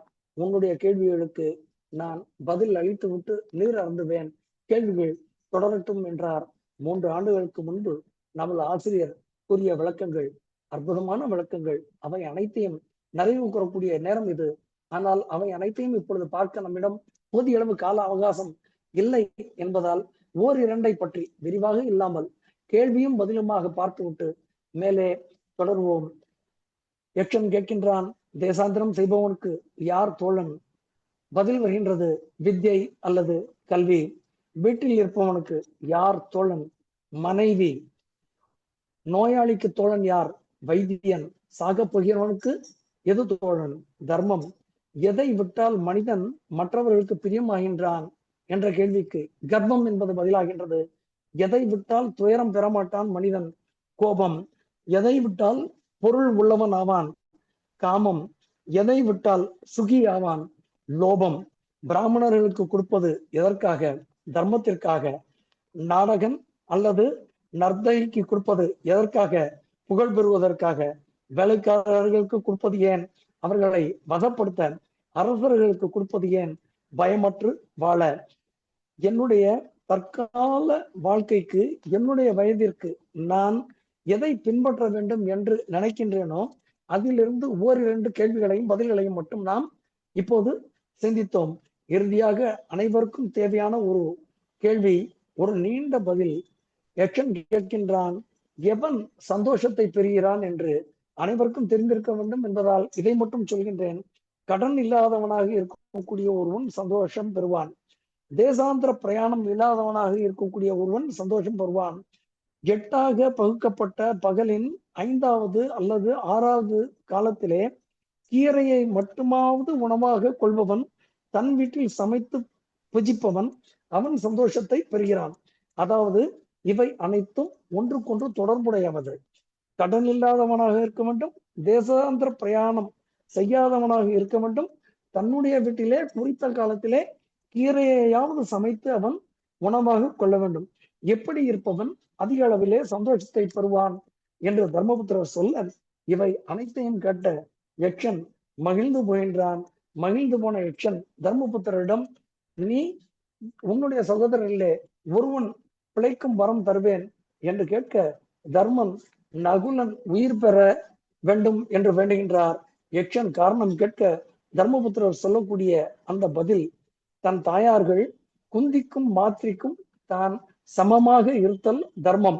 அந்த தர்மப்படி குந்திக்கு தான் உண்டு, மாத்திரிக்கு நகுலன் வேண்டும், நகுலன் பிழைக்கட்டும் என்றார். யக்ஷன் மகிழ்ந்து போனான். அர்த்தம், காமம் இந்த இரண்டையும் விட பட்சபாதமின்மையே சிறந்தது என்று நீ மதித்தாய் தர்மபுத்திரனே. உன்னுடைய சகோதரர்கள் அனைவருமே பிழைப்பார்கள் என்று யக்ஷன் சொல்கின்றான். நமக்கெல்லாம் இந்த இடத்திலே வாட் அ மெசேஜ் என்று கேட்டால், to be unbiased at all times என்பது நாம் எடுத்துக்கொள்ள வேண்டிய ஒரு சிறு கருத்து. அனைவரும் பிழைக்க தர்மர் யக்ஷன் யார் என கேட்க, யக்ஷன் தன்னுடைய உருவத்தை காட்டி தான் தான் தர்மராஜர் என்கின்றார். வேண்டும் வரம் தருவேன் என்கின்றார். இந்த இடத்திலே lot many things are there to deliberate. நம்மளுடைய because of positive of time நான் மேலே தொடர்கின்றேன். தர்மம் தவறாத தர்மர் என்ன வேண்டுமானாலும் கேட்டிருக்கலாம். இக்கட்டான சூழ்நிலை திருதராஷ்டிரன் திரௌபதியிடம் என்ன வர வேண்டும் என்று கேட்க 2 வரங்கள் பெற்று தன்னுடைய கணவர்களை மட்டும் மீட்டாளே, அவளுடைய கணவர் அல்லவா தர்மர். அவர் மட்டும் என்ன அஸ்தினாபுரத்து ஆட்சியை கேட்டிருப்பார்? அரணிக்கட்டையை கேட்டார். அந்தரர் அக்னிஹோத்திரம் காப்பாற்றப்பட வேண்டும் என்றார். தர்மதேவன் மகிழ்ந்து போய் மானாய் வந்தது தான் தான் என்று சொன்னான். அந்தனுடைய அக்னிஹோத்திரம் பங்கப்படாது என்று சொன்னான். அதாவது அந்த காலத்திலே ஒரு அந்தணன் செய்யக்கூடிய அக்னிஹோத்திரத்திற்கு எந்த அளவுக்கு மதிப்பு இருந்தது என்பதை மகாபாரதம் நமக்கு காட்டுகின்றது. இன்றைய நிலை அவரவர் சிந்தனைக்கு. அடுத்ததாக யக்ஷன் மகிழ்ந்து போனான். மீண்டும் ஒரு வரம் கேட்க சொல்ல தர்மபுத்திரர் கேட்கின்றார். 12 ஆண்டு கால வனவாசம் முடிந்து போய்விட்டது. 13ஆம் வருஷம் வந்துவிட்டது. பாண்டவர்களை எந்த மனிதரும் இவர்கள் பாண்டவர்கள் என்று அறியாமல் இருக்க ஒரு வரம் வேண்டும் என்று கேட்டார். கேட்ட வரம் தர்மபுத்திரனால் கொடுக்கப்பட்டது. 13ஆம் வருடம் முழுவதும் பாண்டவர்கள் விராட நகரிலே மறைந்தும் யாராலும் அறிய முடியாமலும் சஞ்சரிப்பார்கள் என்றார். யார் யார் எந்த உருவத்தை நினைக்கின்றார்களோ அந்த உருவத்தை தரிப்பார்கள் என்றார். இறுதியாக ஒரு வரம் நீ கேட்கலாம் என்று சொல்ல தர்மபுத்திரன் கேட்கின்றார். லோபம், மோகம், கோபம் இவற்றை எப்பொழுதும் தான் அடக்கி ஆள வேண்டும் என்று கேட்கின்றார். தானம், தவம், சத்தியத்தில் தன்னுடைய மனம் எப்போதும் பற்றுதல் உள்ளதாக இருக்க வேண்டும் என்று கேட்கின்றார். தர்மதேவன் மகிழ்ந்து போனான். சொன்னான், யுதிஷ்டிரனே, நீ கேட்ட அனைத்தும் உன்னிடம் உண்டு, மென்மேலும் வளரும் என்று வரமளித்தான். யக்ஷபட்சணத்தின் இறுதி நமக்கு சொல்வது ஒன்றே ஒன்று, நாம் சத்தியத்தில் பற்று கொள்ள வேண்டும் என்று. தற்போது கூட ஆசிரியர் பேச்சு என்னும் தலைப்பிலே கடந்த முறை அற்புதமாய் குரல் ஒன்று சொன்னாரே, உள்ளத்தார் பொய்யாது ஒழுகின் உலகத்தார் உள்ளத்தில் எல்லாம் உளன் என்று சொன்னாரே. தர்மர் நம் மனதில் கிட்டத்தட்ட 5000 ஆண்டுகளுக்கு முன்பாக நடந்த மகாபாரதம் இன்றும் வாழ்கின்றார் என்று சொன்னால், அந்த காலத்திலே அதே சமயத்திலே இருந்த திருதராஷ்டிர மன்னனுடைய மனத்தில் இல்லாமலா போயிருப்பார்? சத்தியம் காப்பவன் தர்மன் என்று திருதராஷ்டிரனுக்கு தெரியும். சத்தியம் காப்பவனை தர்மம் காக்கும் என்றும் திருதராஷ்டிர மன்னனுக்கு தெரியும். தர்மதேவன் பரீட்சையிலே யுதிஷ்டிரன் வெற்றி பெற்றான் என்பதை திருதராஷ்டிர மன்னன் எப்பொழுது அறிந்து கொண்டானோ அப்பொழுதே அவனுக்கு புரிந்து போயிற்று தன்னுடைய பக்கம் வெற்றி இல்லை என. அடுத்த ஓராண்டில் மன்னனுக்கு பாண்டவர்களை சந்திப்பதற்கு வாய்ப்பே இல்லை. ஏனென்றால் அஞ்ஞாத வசத்திலே யாராலும் அவர்களை கண்டுகொள்ள முடியவில்லை. குறைந்தபட்சம் தூது சென்ற பொழுதாவது சமாதானம் சொல்லி இருக்கலாம், சந்தி செய்து கொண்டிருந்திருக்கலாம். தக்க சமயத்திலே கடைசி நேரத்திலாவது செய்ய வேண்டியதை செய்து தன்னுடைய குலத்தை காப்பாற்றியிருக்கலாம். செய்ய வேண்டியதை செய்யாமல் தவிர்த்து போனான் திருதராஷ்டிர மன்னன். இறுதியிலே மாபெரும் போர், அனைவரும் அழிந்து போனார்கள். அனைவரும் அழிந்த பின்பு ஒட்டுமொத்த புலம்பல் நாம் இப்பொழுது பார்க்கக்கூடியது. புலம்பல் தொடர்கின்றது. அடுத்த முறைக்கு உண்டான சிந்தனையிலே அஞ்ஞான வாசத்திலே துரியோதனர்கள் பாண்டவர்கள் இடத்தை எப்போது அறியவில்லையோ அப்போதே தன் பக்கம் வெற்றி இல்லை என்று தன்னுடைய புலம்பலை சொல்கின்றான். அப்படி பாண்டவர்கள் எப்படி ஓராண்டு காலம் அஞ்ஞாதவாசம் செய்தார்கள் என்பதை நாம் நமது அடுத்த சிந்தனையில் காண்போம் என்று கூறி வாய்ப்பளித்த ஆசிரியருக்கும் உடன் கேட்டு இதுவரை அமைதி காத்த அனைவருக்கும் என்னுடைய நன்றிகளையும் வணக்கங்களையும் தெரிவித்துக் கொள்கின்றேன். ஆசிரியர் அறிவுரைக்கும் சபையோர் கருத்துரைக்குமான நேரம் இது. நன்றி, வணக்கம். நன்றி சாய்ராம் அவர்களே. மனக்கண்களில் அப்படியே மகாபாரதத்தை கொண்டு வந்து நிறுத்தி விட்டீர்கள். மகாபாரத கதை இயல்பு மாதிரி அது எங்கு ஆரம்பித்து அந்த நூல் எதனுள்ளால் நுழைந்து வெளிவந்து பின்பு நீண்டு போய் செல்கின்றதோ அதே மாதிரி நீங்கள் பேசி கடைசியிலே மிக அழகாக முடித்திருக்கின்றீர்கள். என்னுடைய பாராட்டுக்கள். அந்த யக்ஷ பிரசனத்தில் யம தர்மராஜா கொடுத்த வரங்கள் பற்றி சொல்லி முடிக்கின்ற பொழுது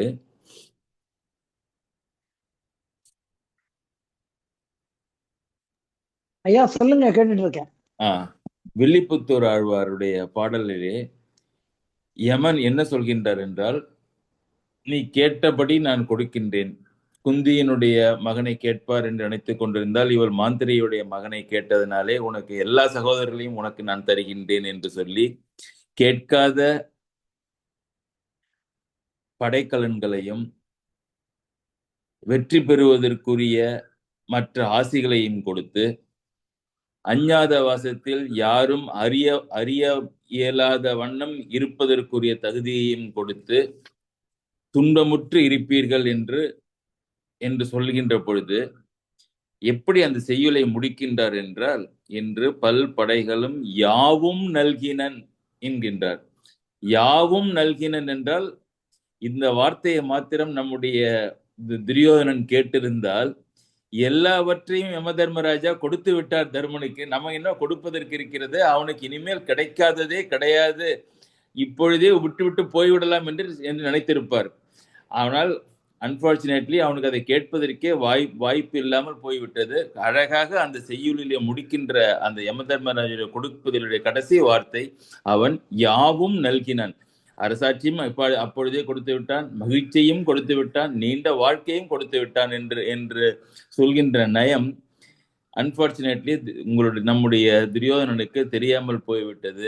இல்லை என்றால் காலம் கடந்த பரிசோதனைக்கு பதிலாக அப்போதே அந்த வார்த்தையை பரிசோதனை செய்து வேறு முடிவு எடுத்திருப்பானோ என்று உங்களுடைய கதையினுடைய நோக்கத்திற்கு எனக்கு தோன்றுகின்றது.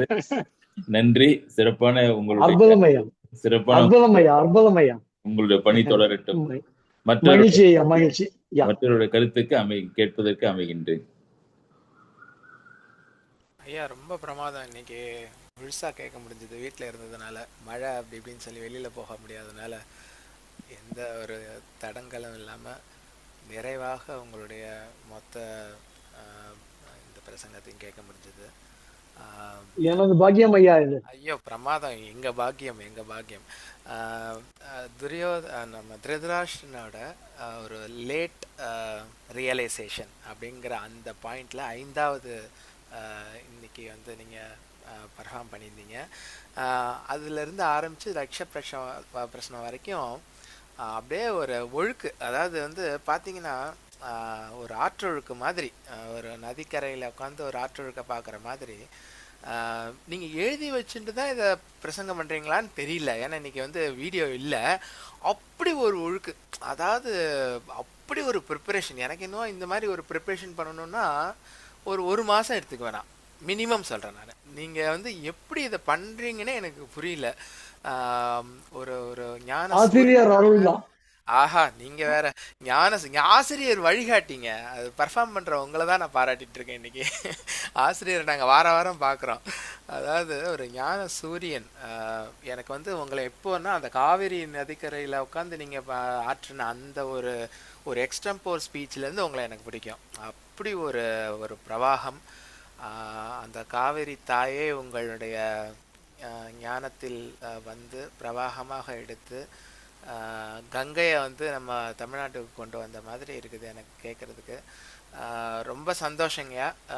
நிறைய, அதாவது இப்போ நீங்கள் சொன்னதில் வந்து ஒரு மாதம் விவாதம் பண்ணிட்டு போகலாம். அதனால் அந்த விவாதம் எதுக்குள்ளேயும் நான் உள்ளே போகல. மேபி ஒரு விஷயம் மட்டும் எனக்கு ரொம்ப தொட்டதை நான் சொல்லி அமைகிறேன், அடுத்தவங்களுக்கு இடம் கொடுத்து.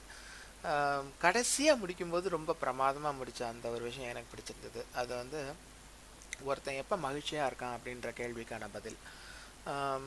அதில் நான் வந்து யோசிக்கிறேன், அந்த பதில் வந்து எவ்வளவு ஒரு திரேதாயுகத்திலிருந்து வந்த பதில் அப்படின்றதுனால இன்னையோட ரெலவென்ஸ் நான் யோசிக்கிறேன். ஒருத்தன் வந்து ஒரு இடத்துலேருந்து இன்னொரு இடத்துக்கு போக வேண்டிய அவசியம் எதற்காக அவனுக்கு ஏற்படுகிறதுன்னு நான் யோசிக்கிறேன். ஒரு நதிக்கரையில் பிறந்த ஒரு குழந்தை எடுத்துக்குவோம். அந்த ஒரு குழுவில் இருக்கும் அந்த குழந்தை அங்கே இருக்கிற அந்த நதி வற்றி போனதுனாலையோ இல்லை அங்கே இருக்கிற ஒரு விஷயம் அவனுக்கு போர் அடிக்கிறதுனாலையோ எங்கேயோ ஒரு இடத்துக்கு அவன் போகிறான் இல்லையா? அப்போ அங்கே ஒரு பற்றாக்குறை ஏற்படும் போது அவனுக்கு அந்த இடம் வந்து பத்தலைங்கும்போது அவன் வந்து மகிழ்ச்சியை இழக்கிறான். அப்படி இழக்கும்போது மகிழ்ச்சியை தேடி அவன் தேசாந்திரியாக இன்னொரு இடத்துக்கு போகிறான். அது இன்னைக்கு வரைக்கும் நடக்குது. இப்போ நான் வந்து தென்காசி ஊர்க்காரன் நான், குற்றாலம் தென்காசி. அப்போ அங்கேருந்து ஒரு ஒரு தென் மாநிலத்திலிருந்து ஒரு வேலை தேடி ஒரு பிழைப்பை தேடி எங்கள் அப்பா அம்மா 2 பேரும் தென்னார்காடு மாவட்டத்துக்கு வந்து, தென்னார்காடு மாவட்டத்தில் படிப்பை தேடி நான் வந்து இன்னும் கொஞ்சம் அந்த பக்கம் போய் அப்புறம் வேலையை தேடி சென்னை வந்து, இப்போது இப்படி நம்ம எல்லாருமே தேசாந்திரியாக தான் இருக்கோம். அப்போது தஞ்சாவூர், கும்பகோணம், திருச்சின்னு எத்தனையோ பேர் வந்து அந்த இடத்துலையே தன்னுடைய மகிழ்ச்சியை வரையறுத்து கொண்டு அங்கேயே இருந்திருக்காங்க. அப்போ அவங்களுக்கு அந்த மகிழ்ச்சியெல்லாம் போகல. மகிழ்ச்சி யாருக்கு போகுதோ அவன் தான் வந்து அப்போ இந்த இந்த கேள்வியோட கனத்தை பாருங்க. ஏதோ ஒரு காலத்துல ஒரு ஒரு ஒரு காட்டுல இருந்த ஒரு சிவிலைசேஷன் வந்து இன்னைக்கு இவ்வளவு பெரிய நகர சிவிலைசேஷனா மாறின பிறகும் அவன் மகிழ்ச்சியா இருக்கும்போது அவன் இங்க இருக்கிறதுக்கு வந்து இருக்கிறான். அவனுக்கு இங்க இந்த மகிழ்ச்சி இல்லைங்கும் போது தான் அவன் வெளில போறாங்கிற அந்த விஷயத்த வந்து அவ்வளோ அழகா அந்த பதிலுக்குள்ள கொண்டு வந்த அந்த ஒரு சாதுரியத்தை பார்க்குறேன்.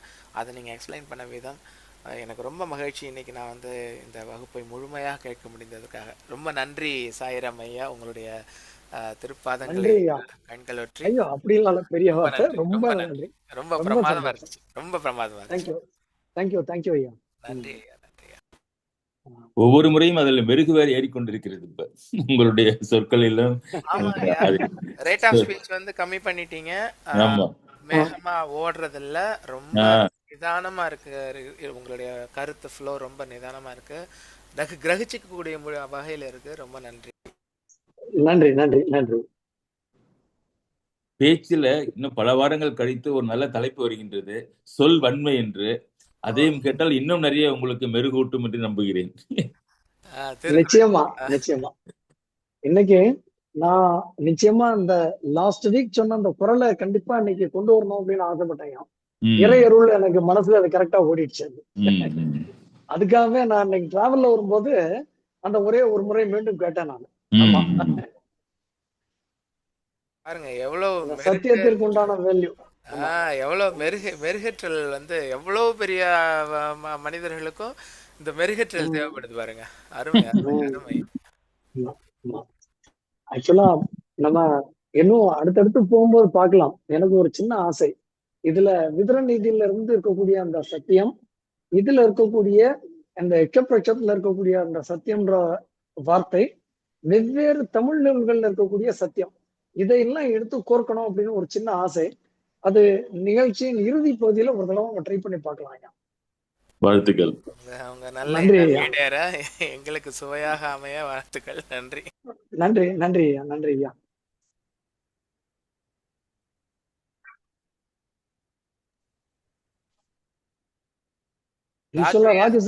ராஜு ஐயா தான் முதல்ல வருவாங்க, அன்மியூட் பண்ணிட்டு. இன்னைக்கு நான் வந்துட்டதுனால யோசிக்கிறாங்க என் இடத்த எடுத்துக்கிட்டானேன்னு. வணக்கம் சார். வணக்கம் சார். வணக்கம் சார். வணக்கம், கேக்குதா? வணக்கம் சார். கேக்குது சார், கேக்குது. ரொம்ப அருமையா இருந்தது சார். அதுல எனக்கு இந்த சத்யவான் சாவித்திரி கதை எத்தனை தடவை கேட்டாலும் அந்த மனசு அப்படியே ஒரு பொங்க வைக்குது. ரொம்ப அழகா இருந்தது அது கேட்கறதுக்கு. அப்புறம் அந்த எச்ச பிரச்சனைகள் தான் அவர் சாரே எடுத்திருக்காரு. அந்த கொஸ்டின் அண்ட் ஆன்சர்ஸ், அது ஒன் வேர்ட் ஆன்சர்ஸ் எல்லாம் கொடுத்துட்டு கடைசி கொஸ்டினுக்கு தான் டீட்டெயிலா கொடுத்துருக்காங்க. அதுல அந்த அந்த கொஸ்டின்ஸ் அண்ட் ஆன்சர்ஸ் எந்த நாட்டுக்கும் எந்த காலத்துக்கும் எந்த யுகத்துக்குமே பொருந்தும். மனித வர்க்கம் இருக்கிற வரைக்கும் அந்த questions and answers so important. அவ்வளவு நல்லது. கரெக்டான கொஸ்டின்ஸ், கரெக்டான ஆன்சர்ஸ். அது ரொம்ப ரொம்ப அழகா இருந்தது சார். நெக்ஸ்ட் பிரச்சனைக்கு ரொம்ப ரொம்ப அழகா சொன்னீங்க. உங்க ஆர்டிகுலேஷன் ஒரு கன்ஃபெஷன் ஸ்டேட்மெண்ட் தான். நீங்க அந்த கவிதையை அனுப்பி முடிச்ச அன்னைக்கு தான் ஒரு பிசினஸ்ல ஒரு கோட் கொஞ்சம் எக்ஸ்ட்ரா கொடுத்தேன். அன்னைக்கு ராத்திரி தான் தூங்கல நானு. கொஞ்சம் ஜாஸ்தி கொடுத்துட்டோமே என் வீட்டுல சொல்லி வருத்தப்பட்டேன். அதுக்கு தான் ஒரு ஃபீட்பேக் கொடுத்துட்டு நான் கன்சோல் ஆகி தூங்கி போயிட்டேன் நைட்டு. சரி சரி சரி. ஆமா. அப்புறம் பேசுவோம் சார். ரொம்ப ரொம்ப நன்றி sir. Right sir, right sir. நன்றி நன்றி சார்.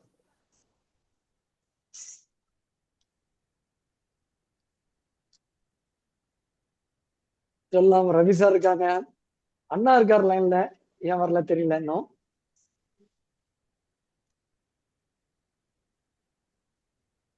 ஆனந்தி வெங்கட்ராமன் இருக்காங்க, நக்கீரன் சார் இருக்காரு.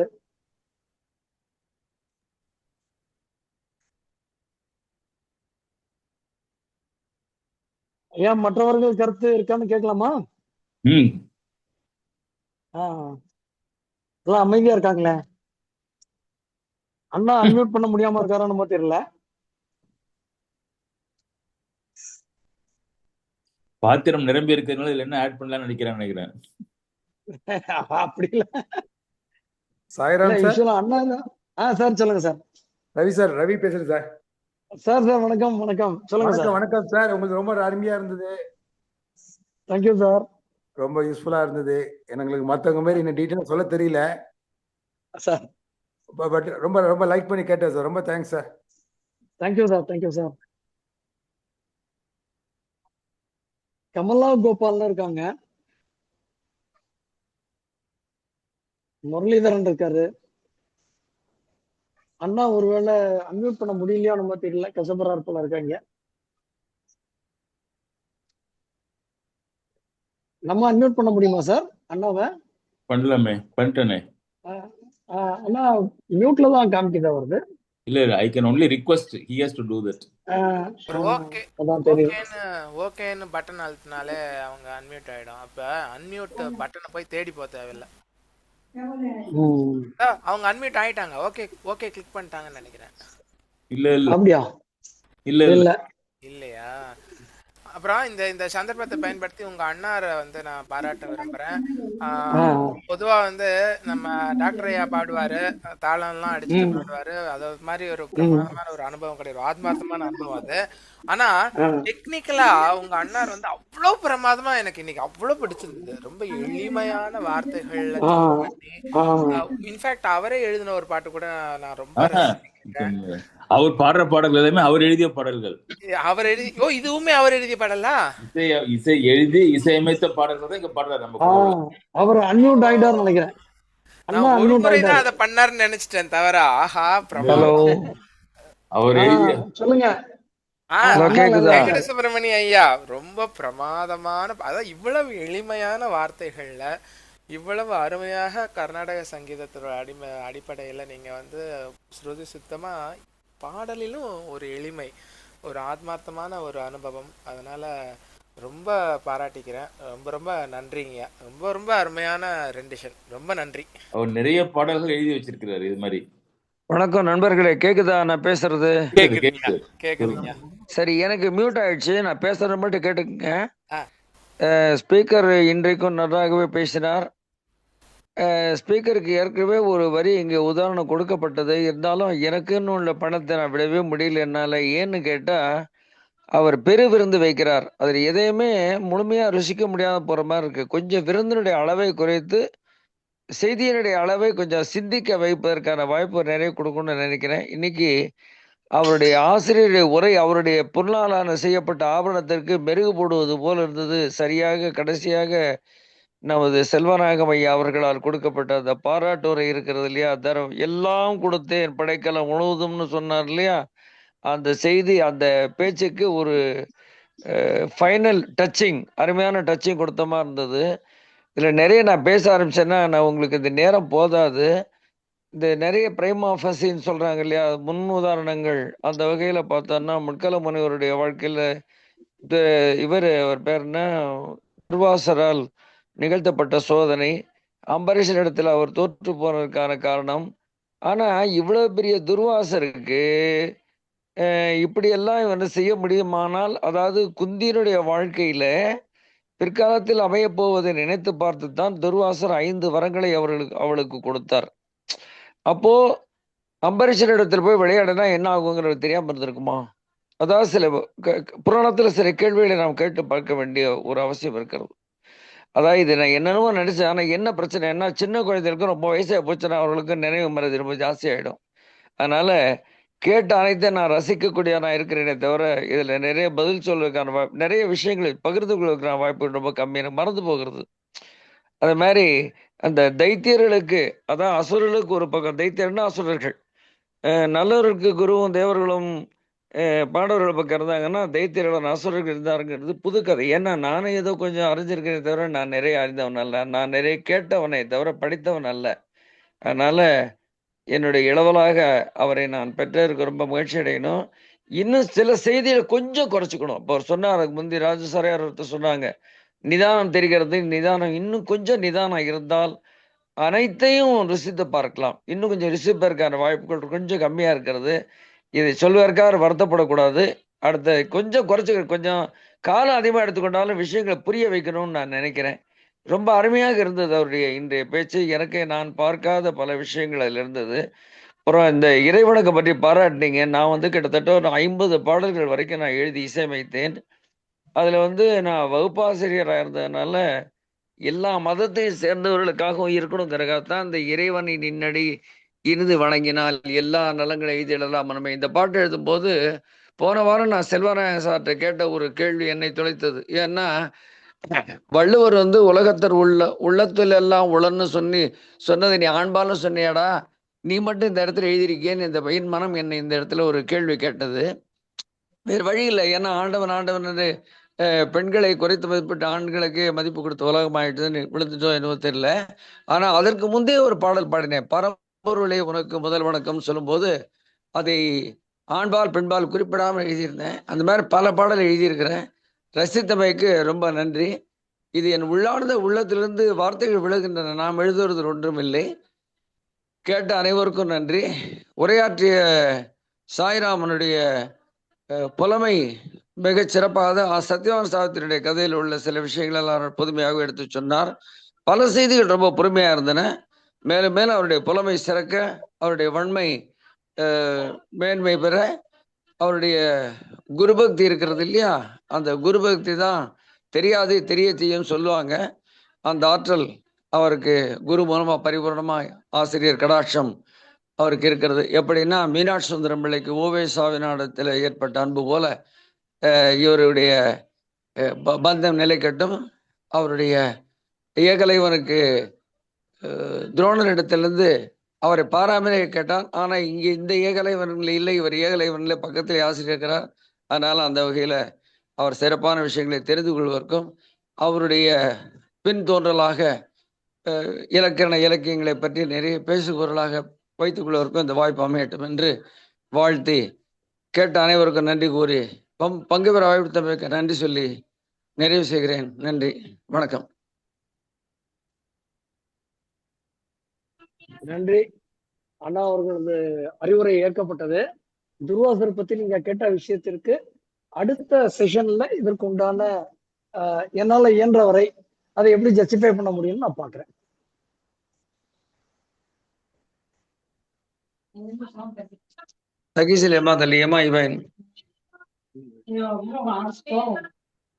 అదే సానే నా ఇది చెప్పింది తెలియదు. ஆசிரியர் ஐயா, அவரை மியூட் பண்ணிடலாமா? பண்ணிட்டேன். அவர் மியூட் ஆயிட்டாரு. Okay, good.